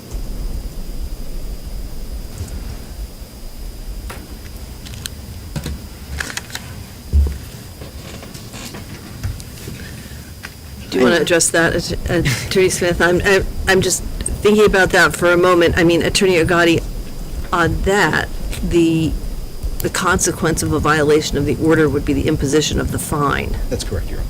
Okay. For clarity in sentencing, I think 5,000 is illegal for any one of those charges, although certainly combinations of certain charges can equal that amount.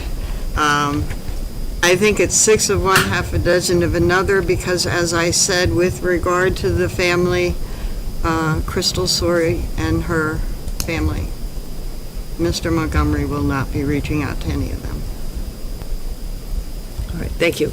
Council, approach for just a minute. This is the weirdest sentencing I've ever seen, to be honest with you. Peak confidence during. This is the weirdest sentencing I've ever seen.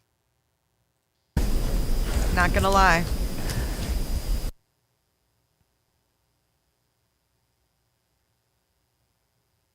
I've just never seen them take so many sidebars and have like the defense attorney come up and talk about he didn't do it. I've never seen that at a sentencing before.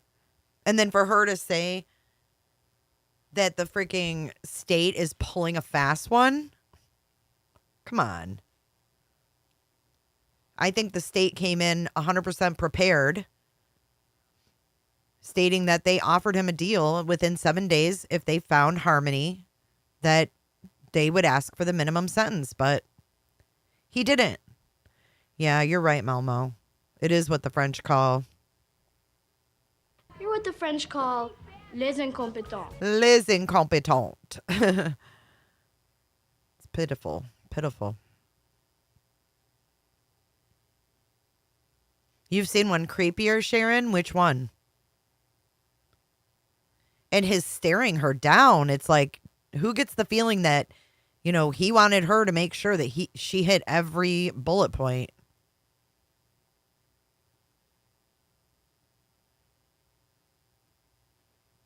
Yeah, me too, Cor. Any stunts that were pulled today were by her getting up there and doing that. And Kayla's statement. Kayla's statement should not have been allowed. Right, they gave her this sweet deal. She just got out, and she's able to write that. All right, nothing further from the state? Nothing further, Your Honor. Thank God. Nothing further from you, Attorney Smith? No, Your Honor. All right, I'm going to take a 15-minute recess so I can consider all of the information and statements that have been provided, and then I'll come back and announce my sentence. Thank you, Your Honor. Thank you. All right.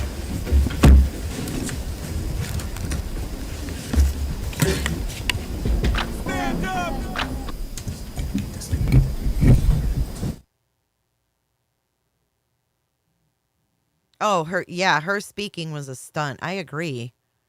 Like, what was that? But did you hear all the Minnie Mouse talk? And look at her little shirt. I had a shirt just like hers. And I'm so mad that I couldn't find it.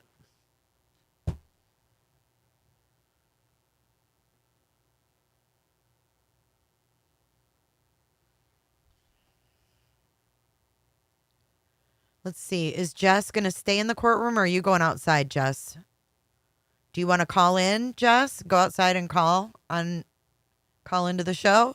Let us know what you want to do, Jess. I know there's a lot going on, and you might see Crystal. I don't know what you're going to do, but my God. I mean, if you want to talk to the dads, Jess, if they're open, I'll text you, Jess.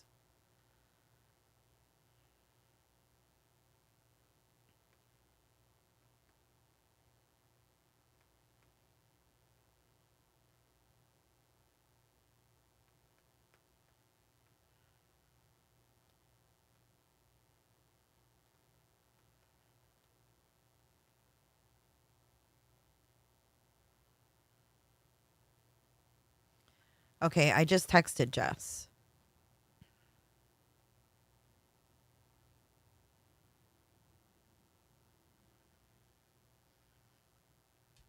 Oh, the dads were amazing, huh? Too bad that she didn't get that adoption to go through.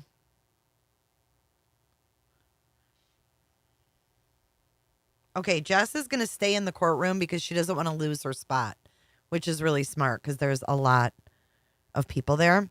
So she's going to stay in the courtroom and she's talking. She's mingling with other people.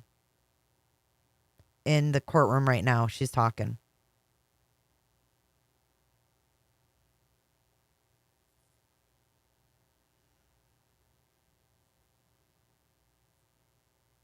Oh, I know. Her saying that she still loved him. That was disgusting. Kayla should be in prison. I agree. She should have never gotten a deal.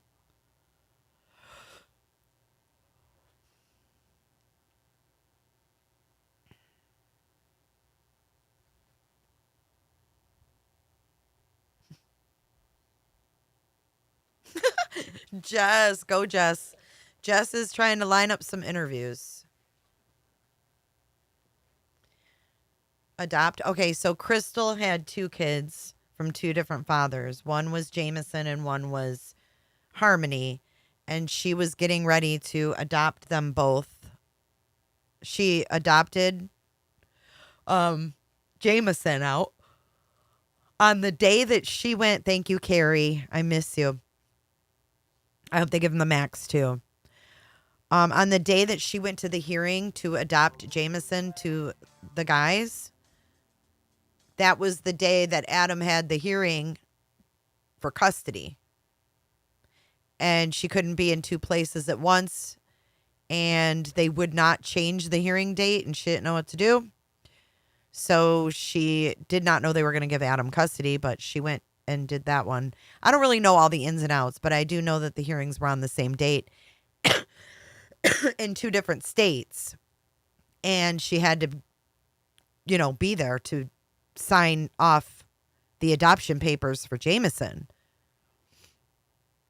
So while she was over here adopting Jameson out to his dad's, Adam was over here in court getting custody. Yeah, I mean, the state dropped the ball. It's the system failed it too. I mean, and then she was working with them to then get Harmony adopted to them and keep her with her brother. And he got custody, and she never could get a hold of him, barely. No one would listen to her. She called CPS. They wouldn't listen to her. It was, going over state lines.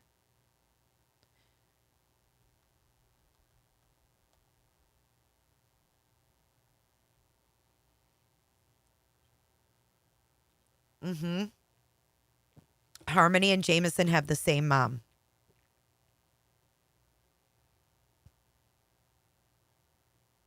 Yeah, I think Kayla will find herself back in the clinker, but still, it was 2 years that no one knew where this girl was, and nobody in the system did nothing. She disappeared for 2 years.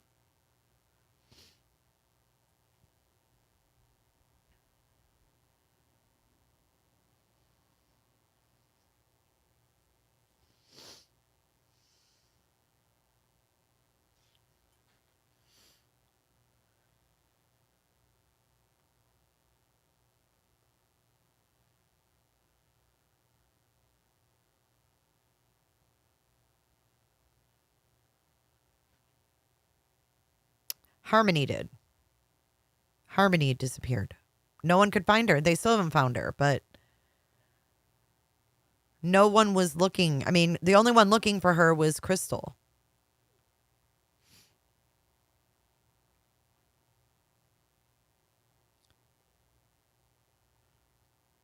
Well, the system should have known because he went to court and got custody. So they gave him custody, but guess what? They didn't check to make sure he had a stable place to live. And the judge just signed off.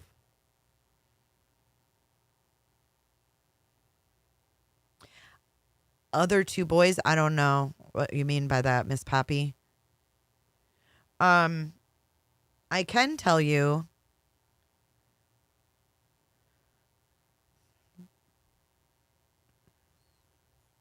that I believe the dads have since adopted other children.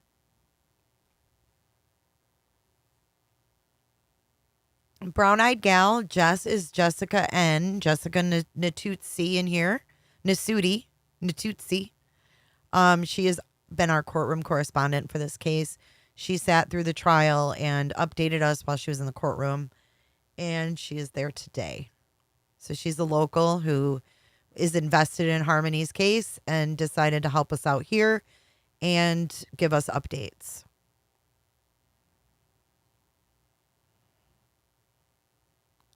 Oh, yeah. Kayla's kids. Not Kayla, Crystal. I'm sorry if I said that wrong. Crystal is the mother of Harmony and Jameson. I'm sorry if I said that wrong. Don't apologize, Brown Eyed. You got nothing to apologize for. I didn't mean to say Kayla. If I did, it's these damn names. I'm sorry you went through that, Brenda.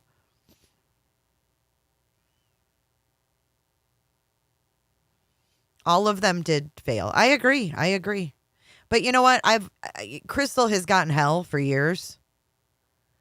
And at this point, I see no reason to continue to beat her down because she's got to live with this for the rest of her life. And I mean, seeing her shaking like she was, she's already being punished enough.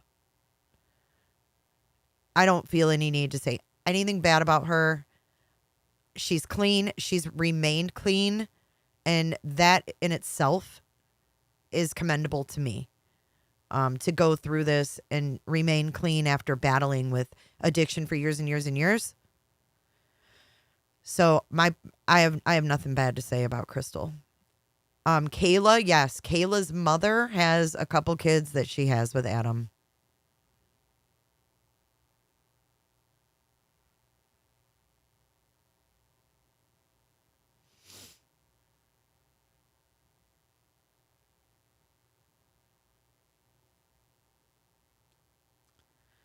So Jess is networking in the courtroom.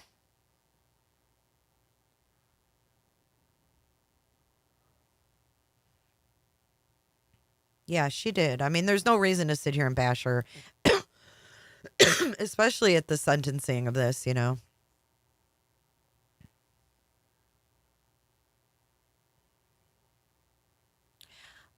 I don't know where that stands with Kayla and those kids. I don't think she's supposed to.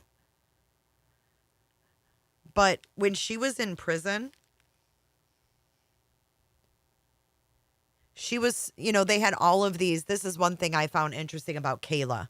Kayla doesn't give a shit. She's just like Adam. So when she was in prison and she went up for a parole hearing, I watched her parole hearing and they were saying like, why didn't you use these crafts and these different things that we have for families? So like when you're in prison, I guess, and you have kids on the outside, they do like, you know, things to repair the relationship or keep the relationship there. So for example, they asked her why she didn't do the audiobooks. I guess they have books. You can make a book and your voice reads it to your child. And then you send it to whoever has your kid and they can play it. She didn't do any of that extra stuff. She's like, no, I didn't do that. And they're like, why? And she's like, well, I did the paintings or whatever. Like she did the art. And I was like, this girl should never be around children again. But if her mother has them, I mean, could she not see her mom then?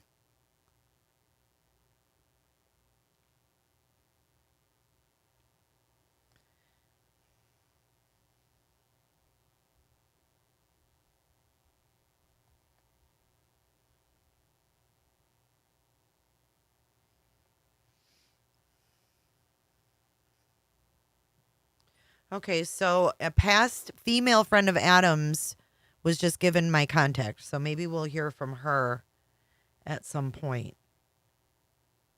That would be interesting. Those two kids are doomed genetically and if being raised by Kayla's mother. Yeah.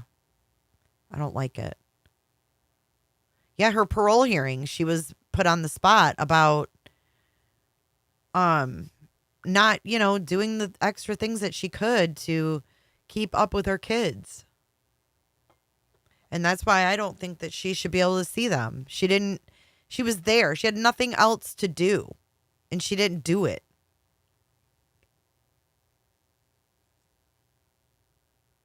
She did the bare minimum And then she sat in a parole hearing, and then they granted her parole, and now she's out. I don't know if she's in a halfway house or what. Do you guys know where she went when she got out? And she writes a letter, and they read it at the sentencing for Harmony's murder. That she loves him.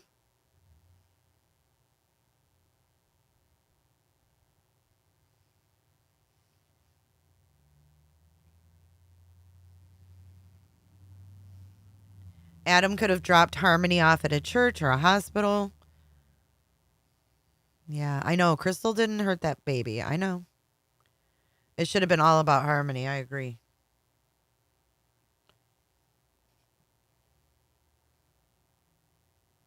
Kayla was there. She watched it. Kayla watched it and then slept below. He put Harmony in the ceiling of their shelter. You know, like those ceiling tiles. He removed the ceiling tile, put that CMC bag up there, and it leaked. That's where they got DNA of Harmony in a ceiling, and that Crystal woman slept underneath it. And not only did she sleep underneath it, she got pregnant underneath it.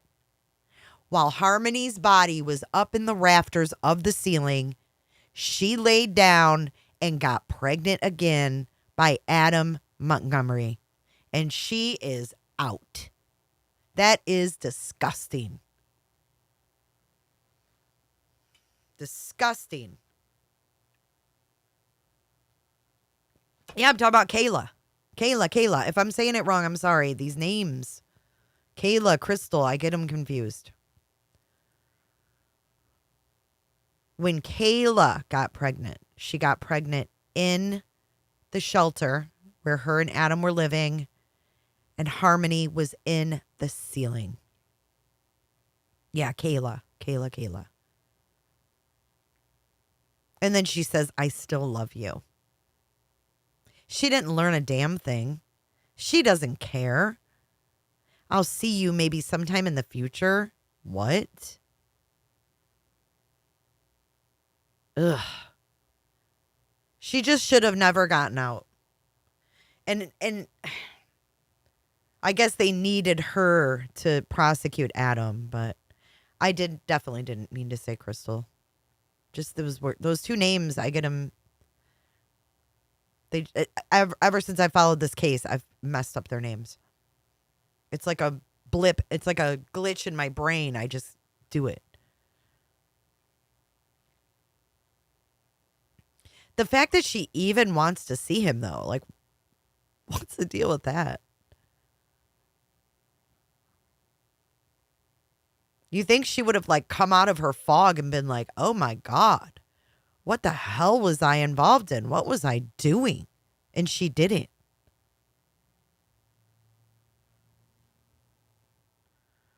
Well, her mother's not to stand up as herself, to be honest.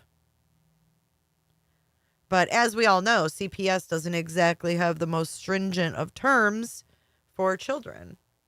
They like to keep them with the family.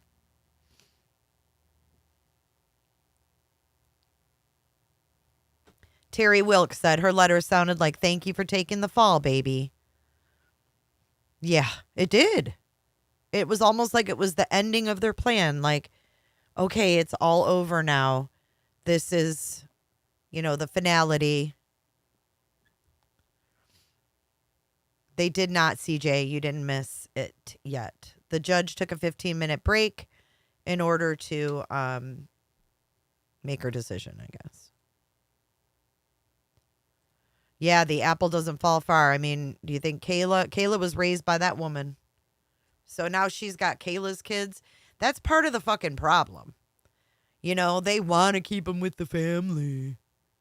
It's not always good to keep them with the family. I understand that, but when you look at what Kayla's mom raised, why give her two more to fuck up? At least give the kids a chance. She had her chance with Kayla, and look what she did. I mean, When are we going to call it like it is? You know, like, okay, your daughter didn't turn out so well. So let's not give you your grandkids because we don't want them to turn out like your daughter did. I haven't heard anything about Nina yet. Let me check Facebook, though. Facebook's going to be on it. They said 15 minutes, True Crime Grime. I like your name, by the way. Should be any time now. It seems like it's been about 15 minutes.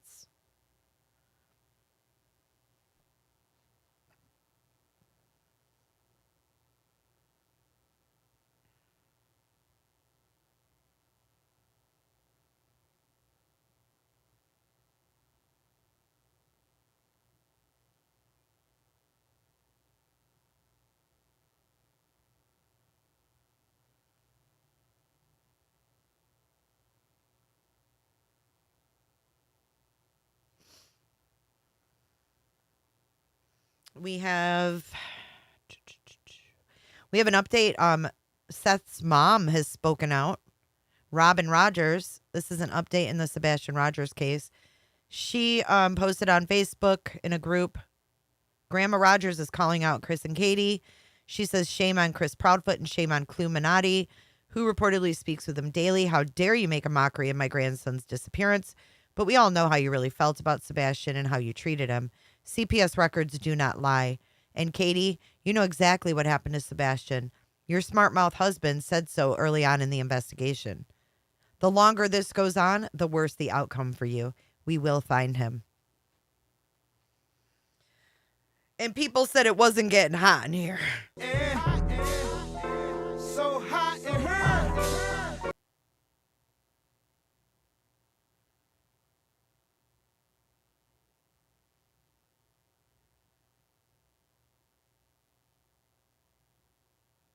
I don't see anything about Nina yet.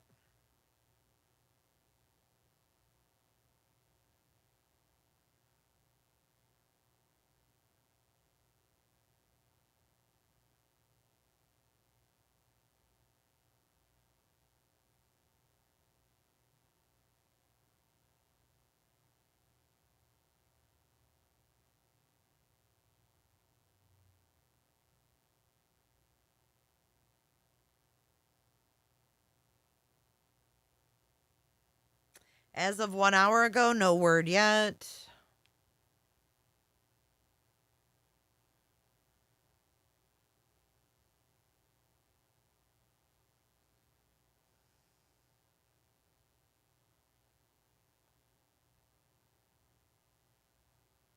Yeah, I don't see anything. Dang it. We'll find out, though, sooner or later. I'm sure sometime today.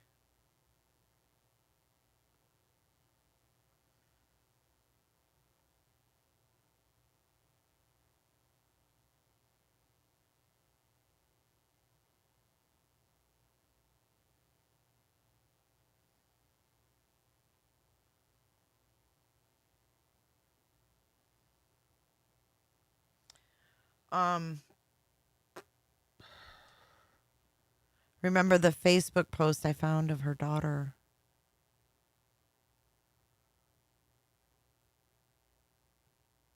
They need to come back already.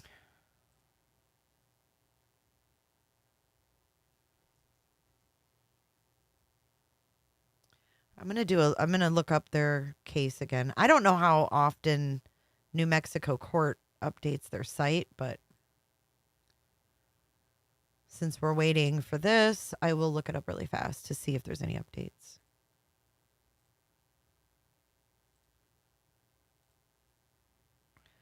I can't even imagine how that hearing is going or went. I don't know how long it was expected to be. It was a motions hearing, so motion on, because she was granted, Nina was granted temporary full custody.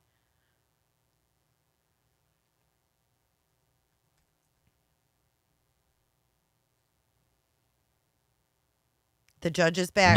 Says nothing Jess. works on this acne. Hi! Who? I'm a licensed dermatology provider from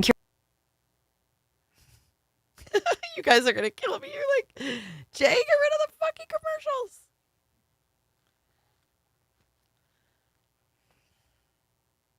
All right, here we go. The judge is back. She should be here in a moment. Let me see if I can get this pulled up before they start.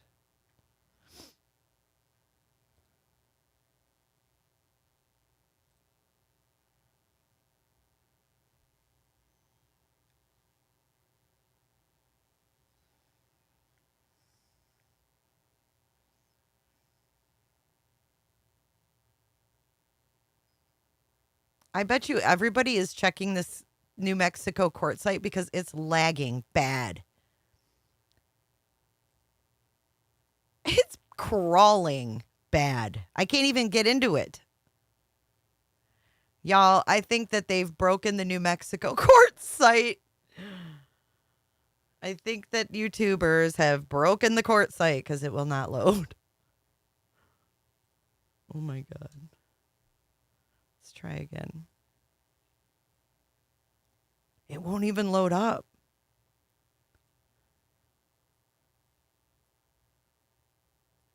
Damn, it's completely locked up. Let's try it again. Here we go. Proudfoot.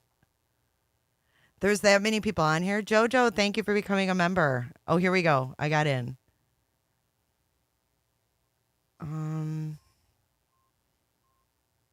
Christopher Pandrew. Nothing new. Dang it. Nothing new.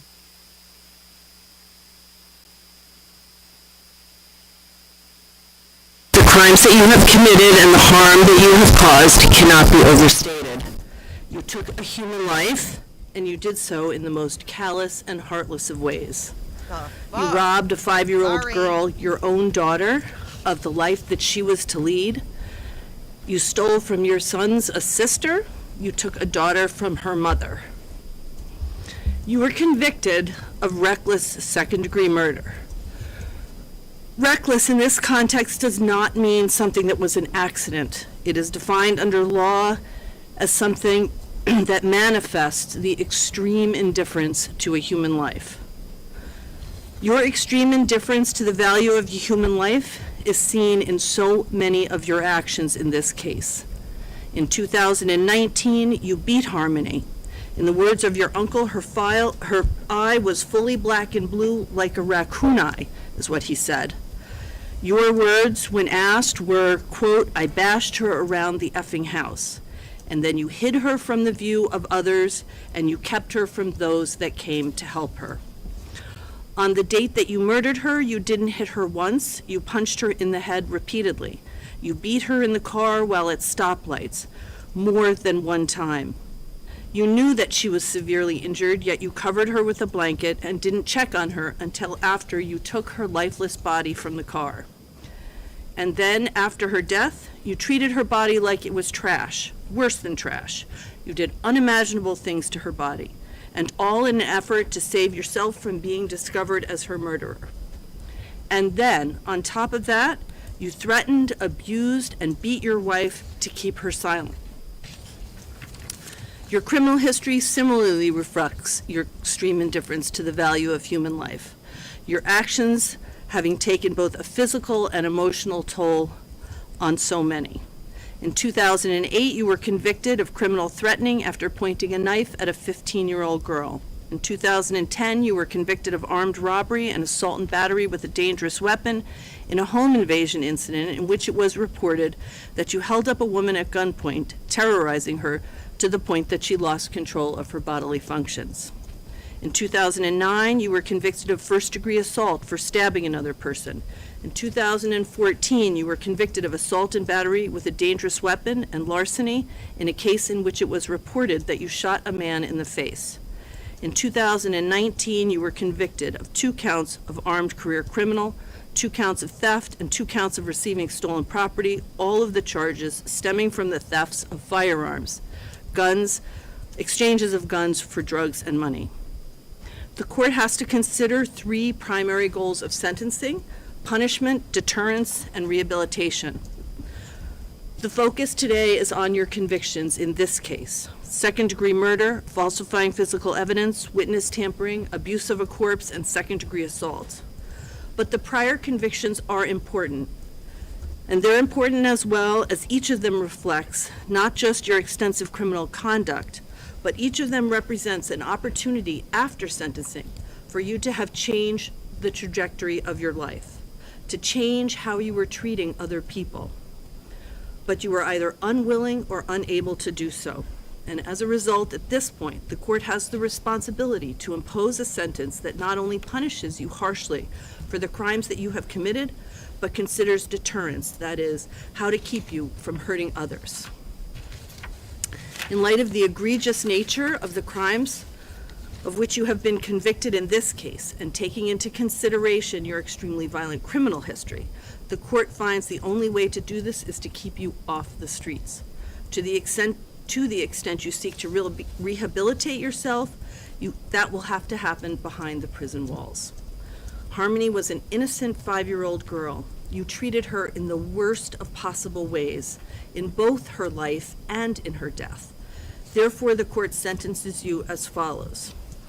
On charge ID 2027112C, the charge of second-degree murder, you are sentenced to the New Hampshire State Prison for not more than life nor less than 45 years. That sentence is stand committed.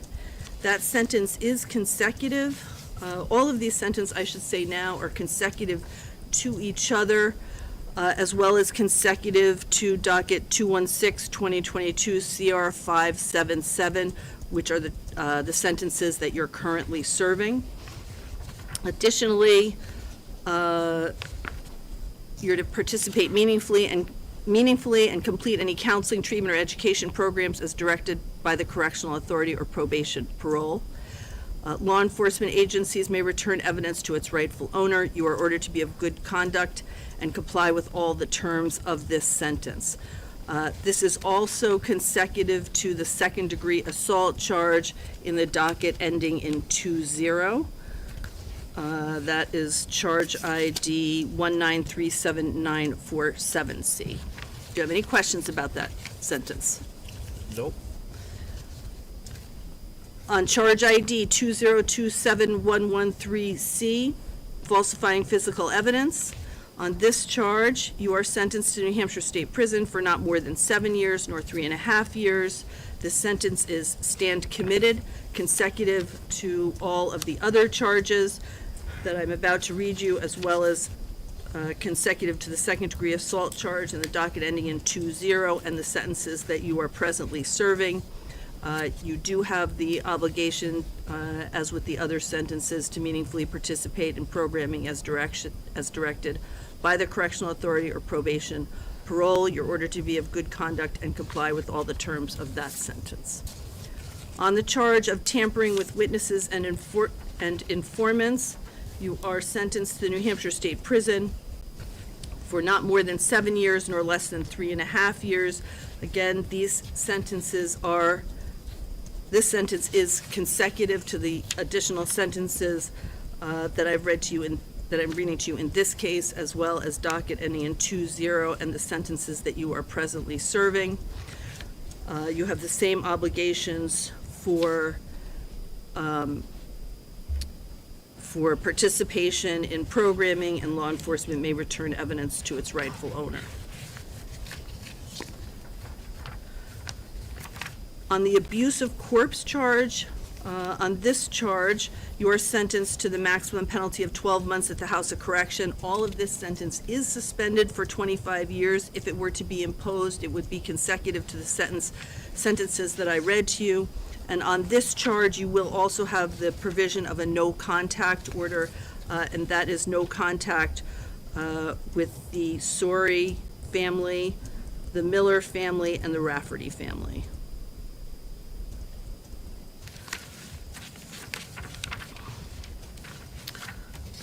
That sentence is also consecutive were it to be imposed to all of the other sentences in this case and the sentence you're currently serving.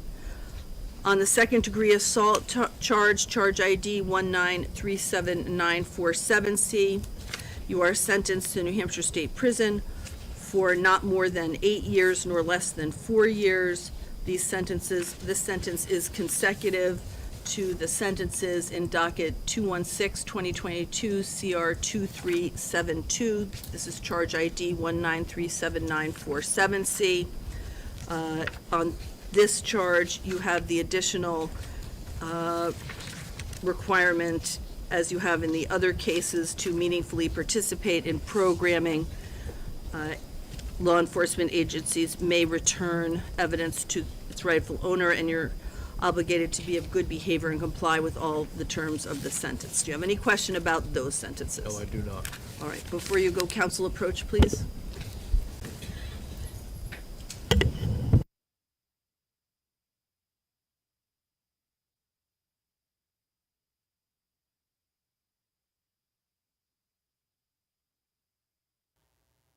He gone, and all he had to say was nope. And he still can't tell us where she is. He'll go down as a POS.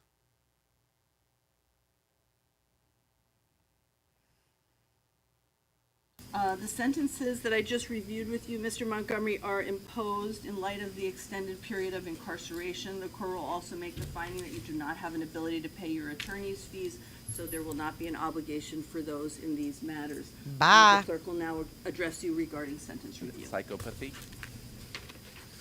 You are hereby notified that you have the right to apply for review of the state prison sentence imposed on you on May 9th, 2024. The application may be filed within 30 days after the date of the sentence, but not thereafter except for good cause shown. If you file such an application, your sentence will be reviewed by a board of 3 members who will be either judicial referees and/or superior court judges. Review of the sentence may result in a decrease or increase of the minimum or maximum term within the limits fixed by law, or there may be no change in the sentence. A form for making application, if you wish to do so, is set forth below. Mr. Montgomery, this applies for both cases 216-2022 CR 20 and 216-2022 CR 2372. I'll leave those with you. Do you want to sign them now? Yeah.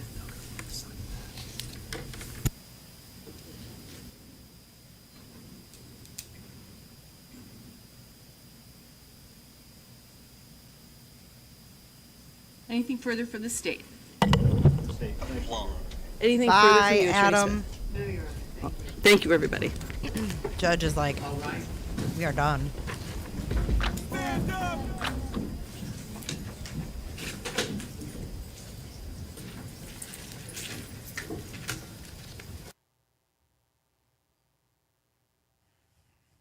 Well, there it is. 60 years by evil Adam Montgomery. I hope we never have to hear his name again. He looked terrible, too. He had a dirty shirt on and stuff. Let's see what Jess has to say after this ending here. I wonder if they'll have any interviews with anybody.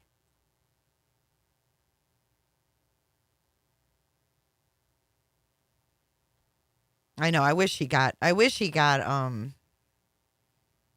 was up for the death penalty, but Adam and Jennifer like the prison food. He did put on some weight.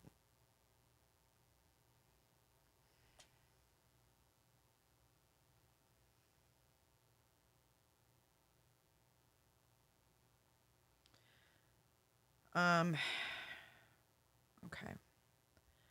Sorry, I guess they're not going to do any interviews. Let's see what I'm going to see if Jess has texted me yet. Nothing yet. Nothing yet.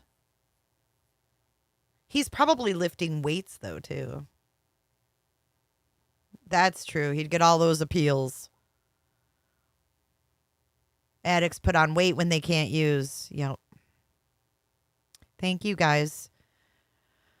It just doesn't feel like a good feeling, you know, like you feel like it's concluded, but it's still just, like I don't feel like I'm not walking away from this feeling good, you know what I mean? And there's probably how many more harmonies out there being treated like Adam did. No. Jess just texted me and said, "Did you hear me yell clinker?" No, did you guys hear her yell clinker? Let's go back. Oh, I think they muted us. Storage ID 20 is a correct C. Return. On May 9th, 2024. She said she The yelled application may clinker. be filed within 30 days after the date of the sentence, but not thereafter. I think except they for muted good us and we cause couldn't hear it, shown. but If you let's file see. such an application, your How much should good car insurance cost you a month? Really? $80? $120? Nope. and/or superior court judges. Review of the sentence may result in a decrease or increase of the minimum or maximum term within the limits fixed by law, or there may be no change in the sentence. A form for making application, if you wish to do so, is set forth below. Mr. Montgomery, this applies for both cases 216-2022 CR20 and 216-2022 CR2372. I'll leave those with you. Thank you. Do you want to sign them now? Yeah.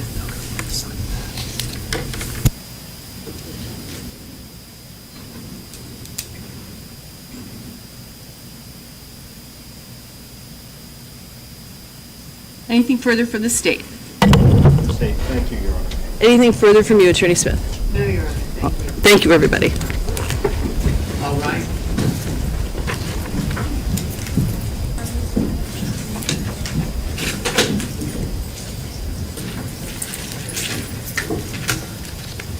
I didn't hear clinker. I wish I had.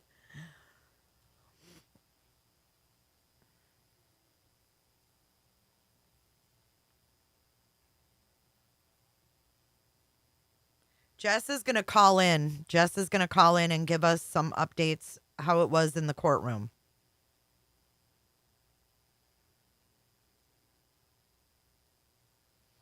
What is my hotline number? Hang on. 755. I always forget. I'm bad with numbers. I can never remember series of numbers.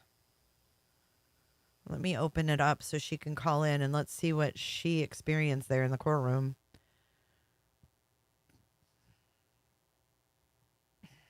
Bye, Natalie. Thanks for being here. I know, Teresa, because she should still be here, you know?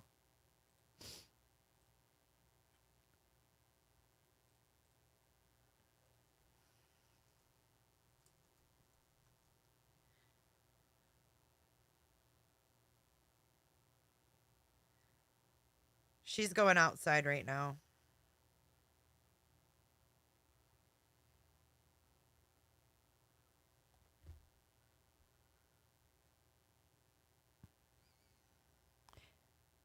Daily, it's your birthday today? Is it really? Daily Tab, happy birthday from J is for Justice. Go, shorty, it's your birthday.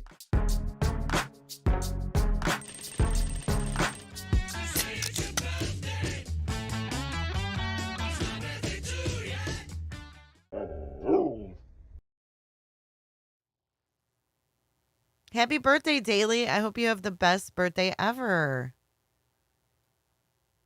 I can remember 8675309 too.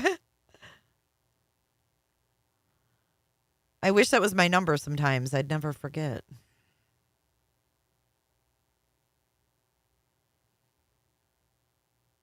I love when we celebrate birthdays. It's awesome. Birthdays are the best. Mother's Day is coming up this weekend, guys. If I don't see you before then for some reason, happy Mother's Day on Sunday. To all the moms out there. Oh, Bright-Eyed Gal, I know. I mean, they want to find that CMC bag that he put her in. Happy birthday, happy birthday, baby Colt Jefferson. Oh, we need to turn that off.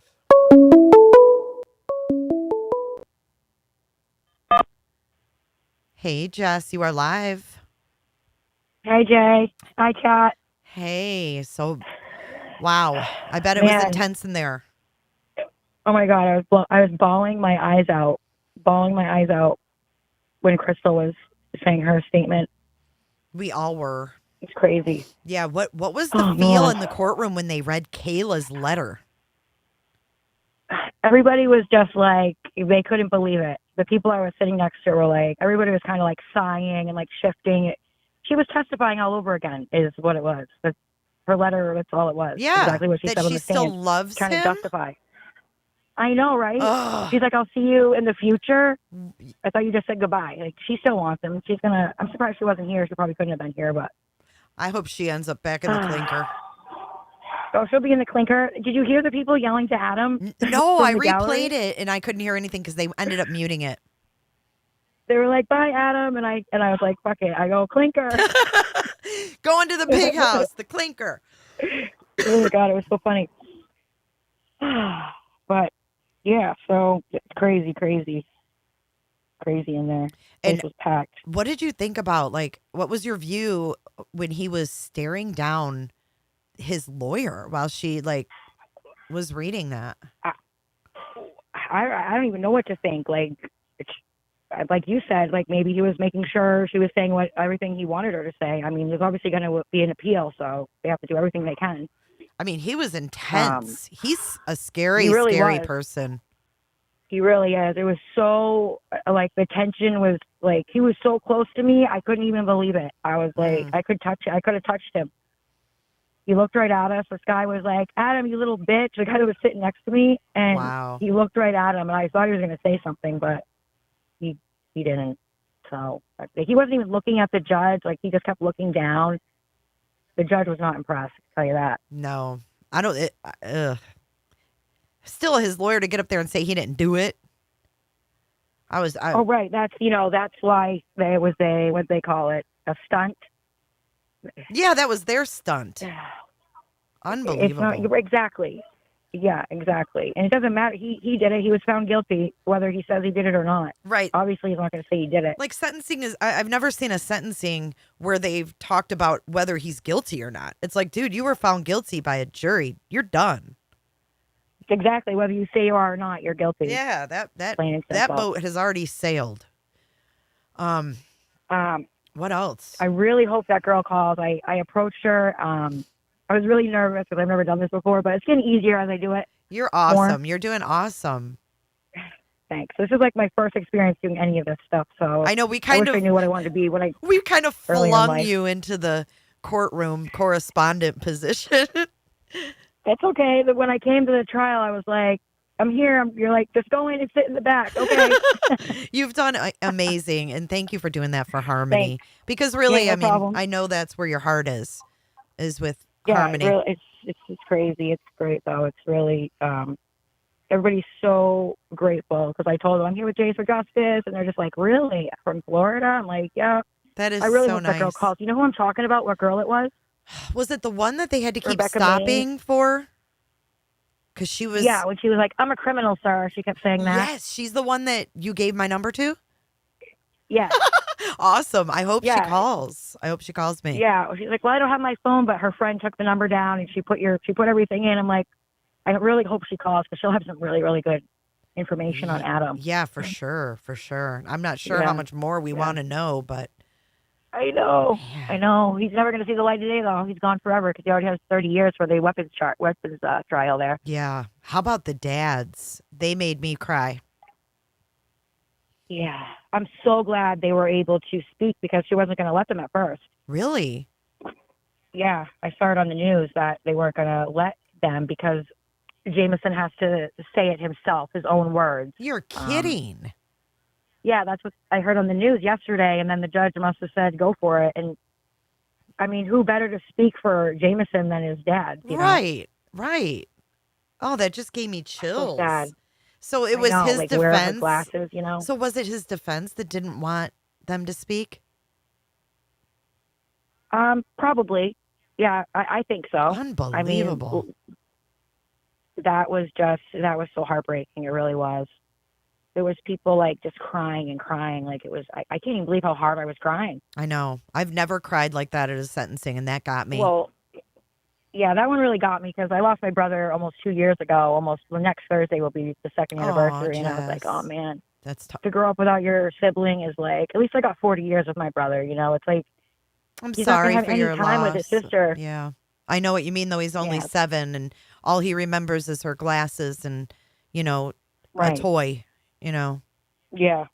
Yeah. He's robbed of so many memories with her growing up, graduating high school, going to prom, seeing her get Right. married, standing up in her wedding, being a godfather, being an uncle.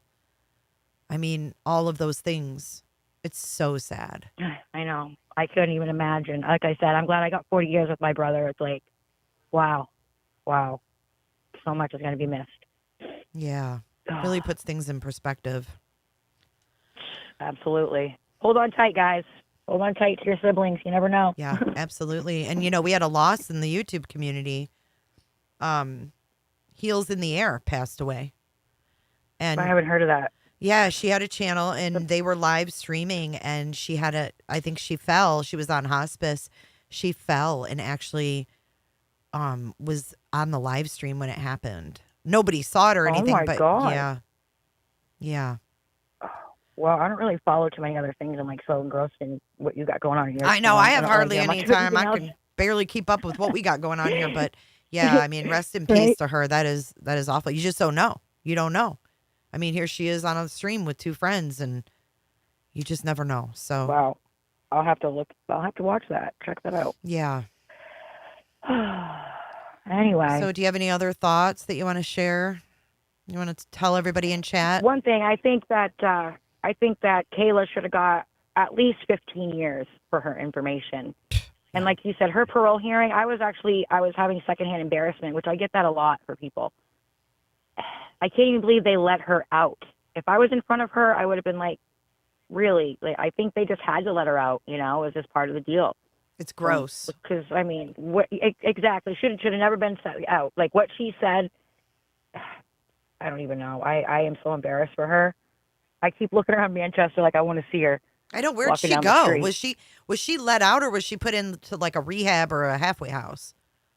There has been nothing on the news, nothing anywhere. I have looked everywhere. I've even asked the news guys running into the WMMR local news if they know. Nobody knows anything. I bet you she's being protected. We should go back. Well, she had stipulations. Yeah, I mean, if you go Did back, you have to like go to some halfway house or something? Yeah, that's what I was gonna say. If you go back and listen to her parole hearing, I think they say the stipulations that she had to follow when she got out, and I think one of it was going to some kind of like a halfway house or facility or something. Yeah. I mean, she can't even, write to her kids or anything when she's locked up. Like, she's not going to do the right thing. She's going to go right back in. That's her life. Her life is the streets and using, and she doesn't know anything else. So, yeah. Unfortunately, I think she's going to go right back to it. Too bad she can still get pregnant, though. I know. It makes no sense. It really doesn't. Yep, she could have another child and just be on her way with another child. Mm-hmm. It's crazy. Right back really into the is. same fucking cycle, too. Yep, absolutely. Do you want to talk? Do you want to talk at all? Do you want to talk at all about your friend's case with New Hampshire? Yeah, sure. Yeah, why don't you Yeah, give us absolutely. a rundown, because a lot of people don't even know about it. All right, so I had this friend. We grew up together. I want to say up until like 10 years old, and then he was just like gone one day. And then, so he was gone, and then like a few years ago, I saw this on Facebook, so I reached out to him. And he goes, well, something's going to happen, but I can't tell you what. And I'm like, all right. So then all of this, over 1,000 victims, over 100 perpetrators. This is absolutely disgusting. Been going on from 1960s up until 2018. And he busted it open? David busted it open.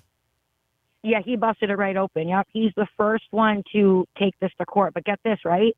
So the jury he was awarded $38 million, but the state of New Hampshire puts a cap on it, so it's only $475,000 that he's going to get. What? Yeah. The jury didn't know. The jury, I think I put it on the case chatter. The jury asked to come back, and the judge said no, because they didn't tell them about the cap. That's BS. So isn't that crap? It really is. But, yeah, he went so much abuse in that place. He is a broken ass man. So like, this was I a can't even detention, believe like a it. juvenile detention center he was put in, Yes. right?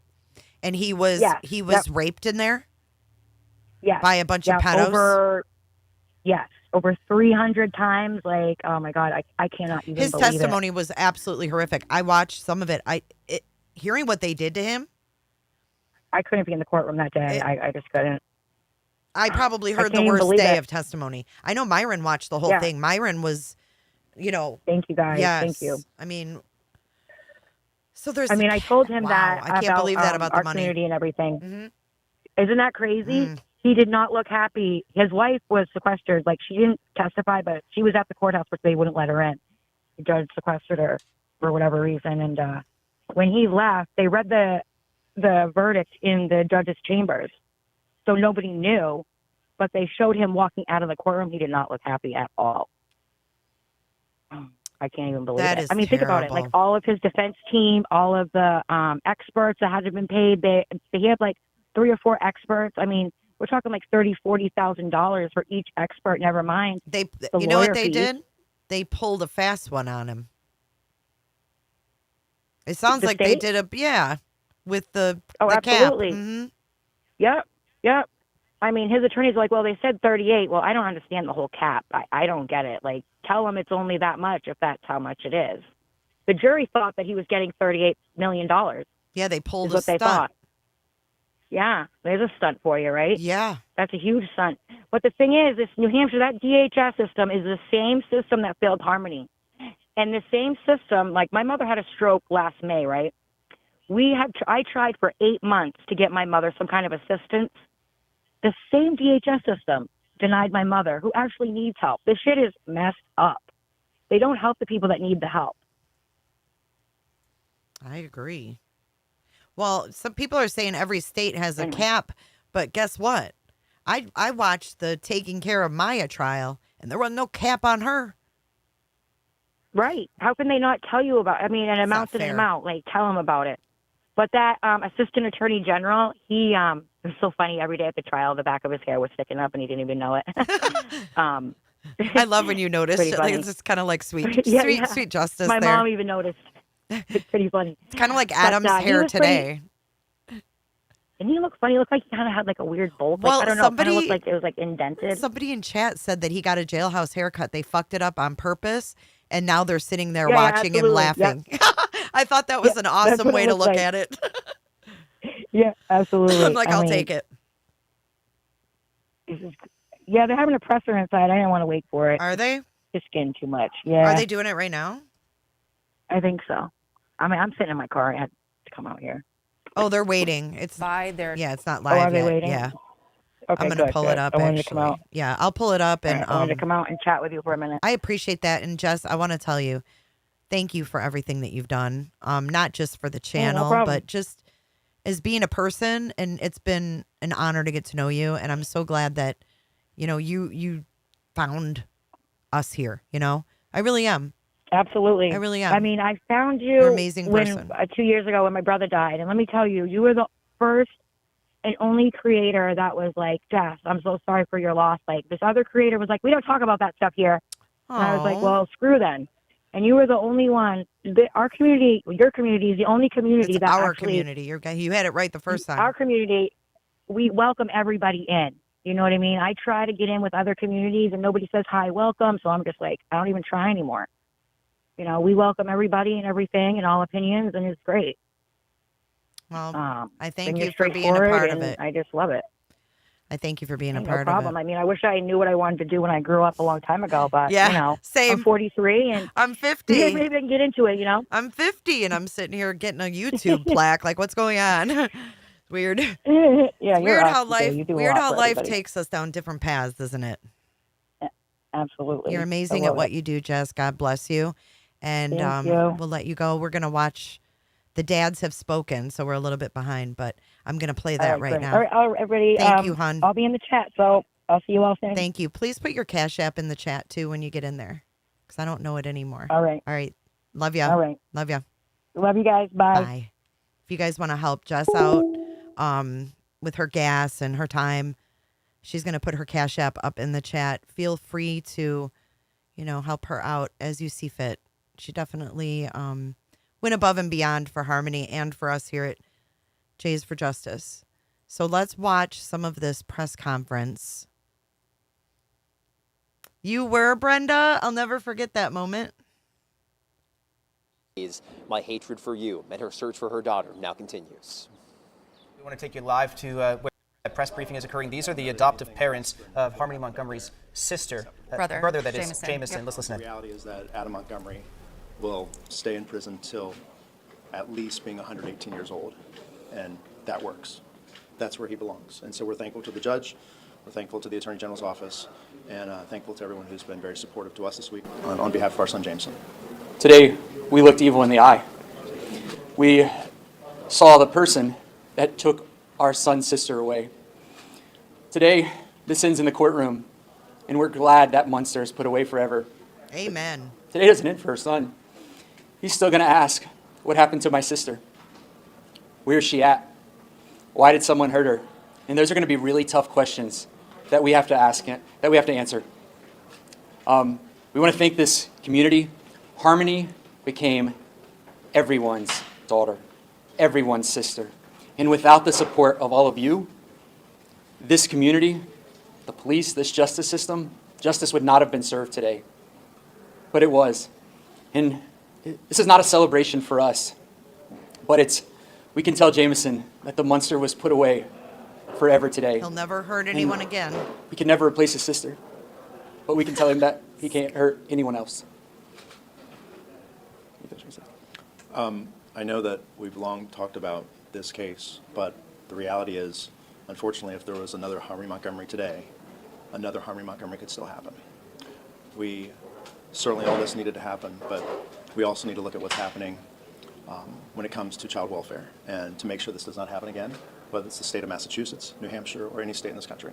And that has always been something that we are committed to on behalf of our son, but also on behalf of Harmony. So that's what we look forward to next, is change happening, but we certainly are pleased with what happened here today. You're advocating for in Massachusetts for this Harmony Commission. I don't know if you've been given an update. Are you pleased or not pleased with the pace of moving that forward? Absolutely not, because what's changed to stop another Harmony Montgomery today? They're trying to This change is so much things. about Harmony and Jameson, but this is also about so many of the most other vulnerable children, and they're all of our responsibility that we have to protect them. This was preventable. That she was beat in a car. When we all heard all the crimes that he had committed way before he got custody of Harmony, He should have I never looked been at my out. husband and I said, how? How did he leave? How did Harmony leave such a loving home and her foster family? How was she not kept with her brother and living with us today? How were they ripped apart? And that has to change because it could save these children's lives. I think the biggest thing we ask is, what is it going to take to create the change? Because we've met with lawmakers, we've spoken with governor's offices, we've spoken with lawmakers in Washington. What is it going to take? There's already been a child that has been killed in a manner that none of us can even imagine. What will it take to create the change? And this should have been in place days after.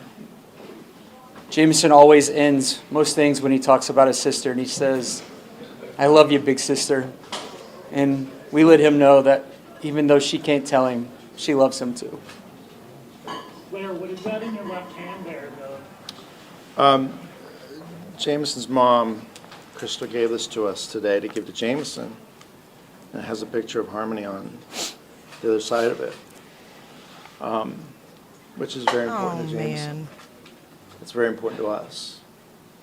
It's very important to our son that he knows Harmony's story, and he knows his story with her as well, and that doesn't get lost. Sadly, we have too many of these things that remind us of the tragedy and not the celebrations that should still exist. And so it's so sweet, but it's also so tragic. Today's not a celebration for us. It's just, I think we want to get home and hug our three boys and tell them how much we love them and how lucky we are to be their dads. I also want to say one other thing. If you look back over there, you see officers of the Manchester Police Department. And I can't imagine what it's been like for them to deal with the realities of this. And we are so thankful for the law enforcement, the first responders, the people who kept this in the public eye, the people who have listened, the people who've been searching. Just inside, people were telling us about the searches they're still doing. And that matters, and we are thankful. We know our son is, that will be the bright spot for him when he turns 15, 20, 25, goes down a rabbit hole of what's happened in his life. The bright spot in this will be those who've been out there fighting for harmony and fighting for him. You and I have a really hard time processing these details. They're stomaching to hear the gruesome things Adam did to his own daughter, our son's sister, Harmony. But is what Jamison will never forget is every helper, every police officer, whether that's at the local level or the federal level. That it's for every person in this community that shared her story. It's for everyone that fought and continue to fight to bring her home. And we hope one day that she's found. So he has a place. Crystal, their mom, has a place to go and remember her. They should have that right. Thank you, guys. Appreciate it. Thank you. Erica, who has this That was other Blair Miller and Jonathan Bobbitt Miller, the adoptive fathers of Harmony's biological brother, Jamison. They also presented a statement written by their now 7-year-old son, Jamison, in court earlier, saying, in his words, "I love Harmony. I miss her. My sister had beautiful eyes and always asks about her glasses." This is Prosecutor Benegati stepping forward now. Let's listen in. Agati. I'm a senior assistant attorney general here for the state of New Hampshire, currently chief of the homicide unit. With me is Christopher Knowles, Knowles, an assistant attorney general also assigned to this matter, and of course Chief Aldenberg of the Manchester Police Department, who has been here since the beginning. I imagine just briefly, there's a couple of things I can say today. Actually, most of the time I can't tell you folks much, but today obviously it's after sentencing. So as you heard upstairs, the court did provide a sentence, and the sentence being essentially, when you add them together from the consecutive nature of how they were imposed, being 56 years to life sentence. These 56 years is consecutive to those that he has already been sentenced to in the other docket matter from last year of armed career criminals offenses, as well as theft by unauthorized taking, and that was an aggregate of 32.5 to 67 years. So in aggregate here, and I've been asked just a moment ago, I do not have the exact calculation, but certainly based upon the defendant's age at this point, I believe that he would hit his minimum parole date on these at around either 115 or 118 years old. But they are 2 consecutive sentences. That being said, today is truly about harmony, I would say, and I think you've heard that from all of the different victims' family members from here and from afar who were able to come forward and provide their statement to the court. The presentation that the state made obviously was trying to make sure the court found a good balance between punishment, deterrent, and rehabilitation. She certainly agreed with what the state's recommendation was, and that is what she has imposed. Again, I think what was also tremendous that you may have seen today is the men and women of the Manchester Police Department who were here, and all of our federal partners, state partners out there who could not be with us, some who were and some who couldn't be here, who helped make this basically possible by going and finding the evidence and presenting that evidence in front of the jury. At that point, I'm very happy to take any questions at any time, if anyone might have one. Go ahead, sir. At the start of it, you obviously made that offer to Adam to tell you guys where. Yes, I did not discuss any sort of plea offers that may or may not have been made outside of the courtroom. That was a recommendation. And as you may have heard me say to the judge, it's completely in the judge's control what the sentence would be. But the state was willing to change its recommendation from what it presented to the court if he was going to provide us with where she was. He admitted in closing statements and through even his opening statements that the jury could find him guilty of falsifying physical evidence and abuse of a corpse, directly, which are on point dealing with where Harmony is, wherever she is right now. So with regards to that, I don't know that the argument that somehow maintaining his innocence works when that's what he articulated to the court about those two charges. We were very much hoping that he would share those details. He seems determined to keep those details to himself. Did you have hope, though, that he might take you up today on that? I did, certainly. And I think everybody who has been trying to find her had that exact same hope. Mr. Gotti, Yes. are there any avenues for you to continue to try to get that information at this point? Now that At this point, I think it's up to the defendant, whether the defendant ever chooses to reveal that information to anyone or not. That is his choice. That doesn't mean that the search will stop or that the Manchester Police Department and their partners are going to follow up on leads that come in. But right now, we were really hoping that he would be able to share that information and be willing to do that. He chose not to. That's his right. But that's what he did today. Is there any update on the search right now? Where it's at right now? I can tell you, I believe, was it, Chief, about 2 weeks ago was the last time that Manchester went out for another search that was done in a different area, similar to the same locations that we've talked about before. Unfortunately, they were not fruitful at the time. And I thought the judge gave him a suspicion. What happened? No, it would still be 56 because the way that the state's presentation that we originally proposed to the court, it's written in the sentencing memorandum, that 12 months on the abuse of corpse charge was going to the only one that was going to be served concurrent, so at the same time as the falsified physical evidence charge. The court instead made it to be consecutive but suspended. So it's a consecutive suspended 12 months that's hanging over his head for him to maintain and for the next 20 years have no contact with those families. So it's the same result. Practically, it's the same result, yes, with the addition of the no contact order. But that's also something that the Department of Corrections may choose to put on him as part of a condition, but that's up to the Department of Corrections to do. So, were there any other questions that I could answer for anyone? I'd love to talk to the chief. Certainly. I'm happy to let the chief. Chief, we first heard about this story from you 2.5 years ago, this case. It's been a really long road for you. How are you feeling today? Nobody wins, right? I mean, it's a bittersweet day. You know, the team back in the room, I'm looking at them all now. I said this last time I stood up here.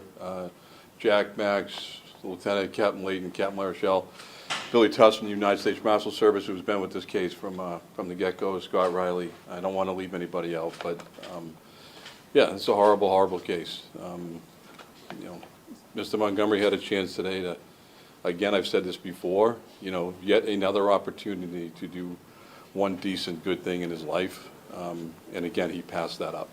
So we'll keep working it. We'll keep working hard to do our part to locate Harmony and bring her home. I'm grateful to the two attorneys sitting out to my right here who have been here from the get-go, and Jesse O'Neill as well, who was with us from day one. These are, I've said it before, these are extremely talented people that work for the state of New Hampshire, the Attorney General's office. I don't think the state realizes how fortunate they are to have people like this that sacrifice many things in their personal life, their own time, after hours, weekends, nights, just like my team does. But so, gentlemen, thank you. Thank you to the team at the back. I'm thankful to the media who's kept this story alive and in the news and kept Harmony's face out there. I think that's critically important. So I'm thankful for that. Yeah, it's not a fun day for Manchester PD. It's not a, you know, we're not going to go back and, you know, be all smiles. We're grateful to the judge, Judge Messer, for hearing us, and for the jury for sitting through what they had to sit through for that period of time. So I'm thankful for the process and grateful to be where we're at. It's been a long road. Chief, do you think the system has changed at all? Could there be another Harmony Montgomery out there now or in the future? That's not for me to. You know, Manchester PD can do our part to make sure that doesn't happen. What happens beyond that in the partnerships that we have with other agencies that interact with children, we're working, you know, to keep those relationships positive. And my hope is that this never happens again. And I don't, you know, nobody wants that works in this field or works in the field with children. Nobody sets out for that to happen. So we'll continue to take steps to make sure that this does not happen again in the state of New Hampshire or anywhere else. If you're all set with the chief, and if you're all set with us, we're going to thank you for your time, and I believe that hopefully there may be some other family members here who are willing to talk with you. I don't know. But thank you very much. Ben, could you quickly address the appeals process for Montgomery? Thank you, The Ben. appeals process? Yeah. Yes, Did you get one? yes, he certainly has a right to appeal the convictions that he's had here today. He has the right to sentence review, so he may seek that as well. Typically, sentence review is not done until after the appeals are over with. That's typical of how the court will act. But that process will begin. That usually takes anywhere from 24 to 36 months to complete. Are you aware of them filing or planning to file any? You know they're going to file. I have not had a matter that's gone to trial where a person has not filed an appeal afterwards, so I would imagine that he will certainly file an appeal. If he discloses information about the whereabouts of her remains, could that factor into the appellate process? Likely no. The appellate process is really designed to ensure that the law was followed by the court Angie. as the trial went forward. That's what that's designed to address. So if you were to share that information later on, that would be something else that we'd have to address separately. One more quick question. Yes. There are 2 other weapons trials on the docket for this man. That's correct. We have a status conference that's scheduled in a couple of weeks. You will go forward with those. At this point in time, we certainly want to review all of the acts that are going on today. You heard us mention those, that they are still outstanding, and that is certainly something that we'll take a look at and decide what's going to be happening going forward. But I'm not able to give any concrete answer on that status conference. It was enough to prepare for today and get today off the ground. That's another day to prepare for. Okay. All right. Thank you, everyone.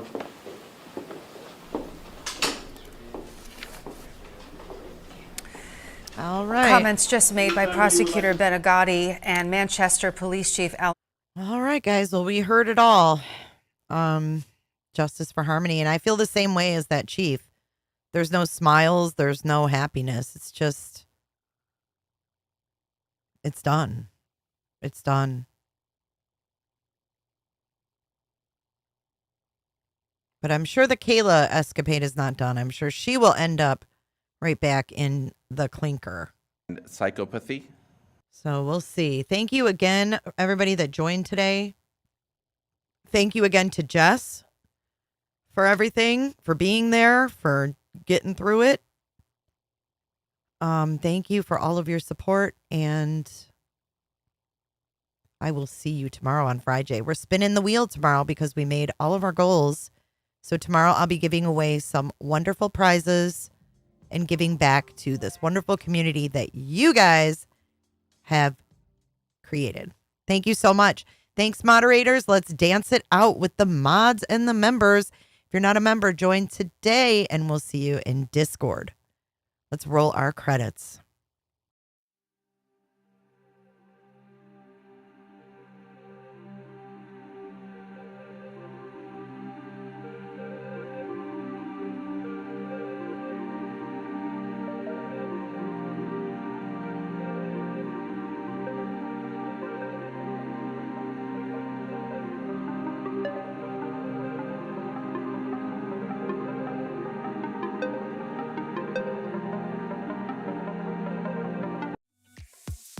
Be sure to check out my other videos and playlists for more true crime content. And if that's not enough, you can join our Patreon. Don't have a tinfoil hat? It's okay. We'll make you one. It's that easy. See you guys in the next video. See you later. Bye.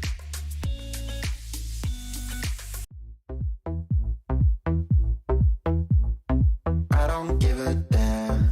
I don't really care about you and your problems. I don't give a damn. You talk way too much. I have heard enough about you and your problems. I don't give a damn. I don't give a damn.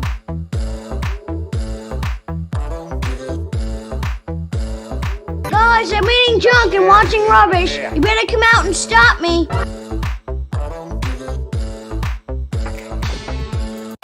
God almighty. You wanna be with me. You wanna feel something real, but I'm feeling differently. You're making plans to get to France, but don't wanna. I heard it's Largo. With like a G. I ain't got time for that. Staying up late, sleeping all day, dreaming about Cadillacs. Buying new shoes, hanging by the pool, sipping on Coke and Jack. Calling my phone when you want one Jennifer or two Jennifers? Jennifer loves horses. Thanks so much, Jennifer. Bye, Jennifer.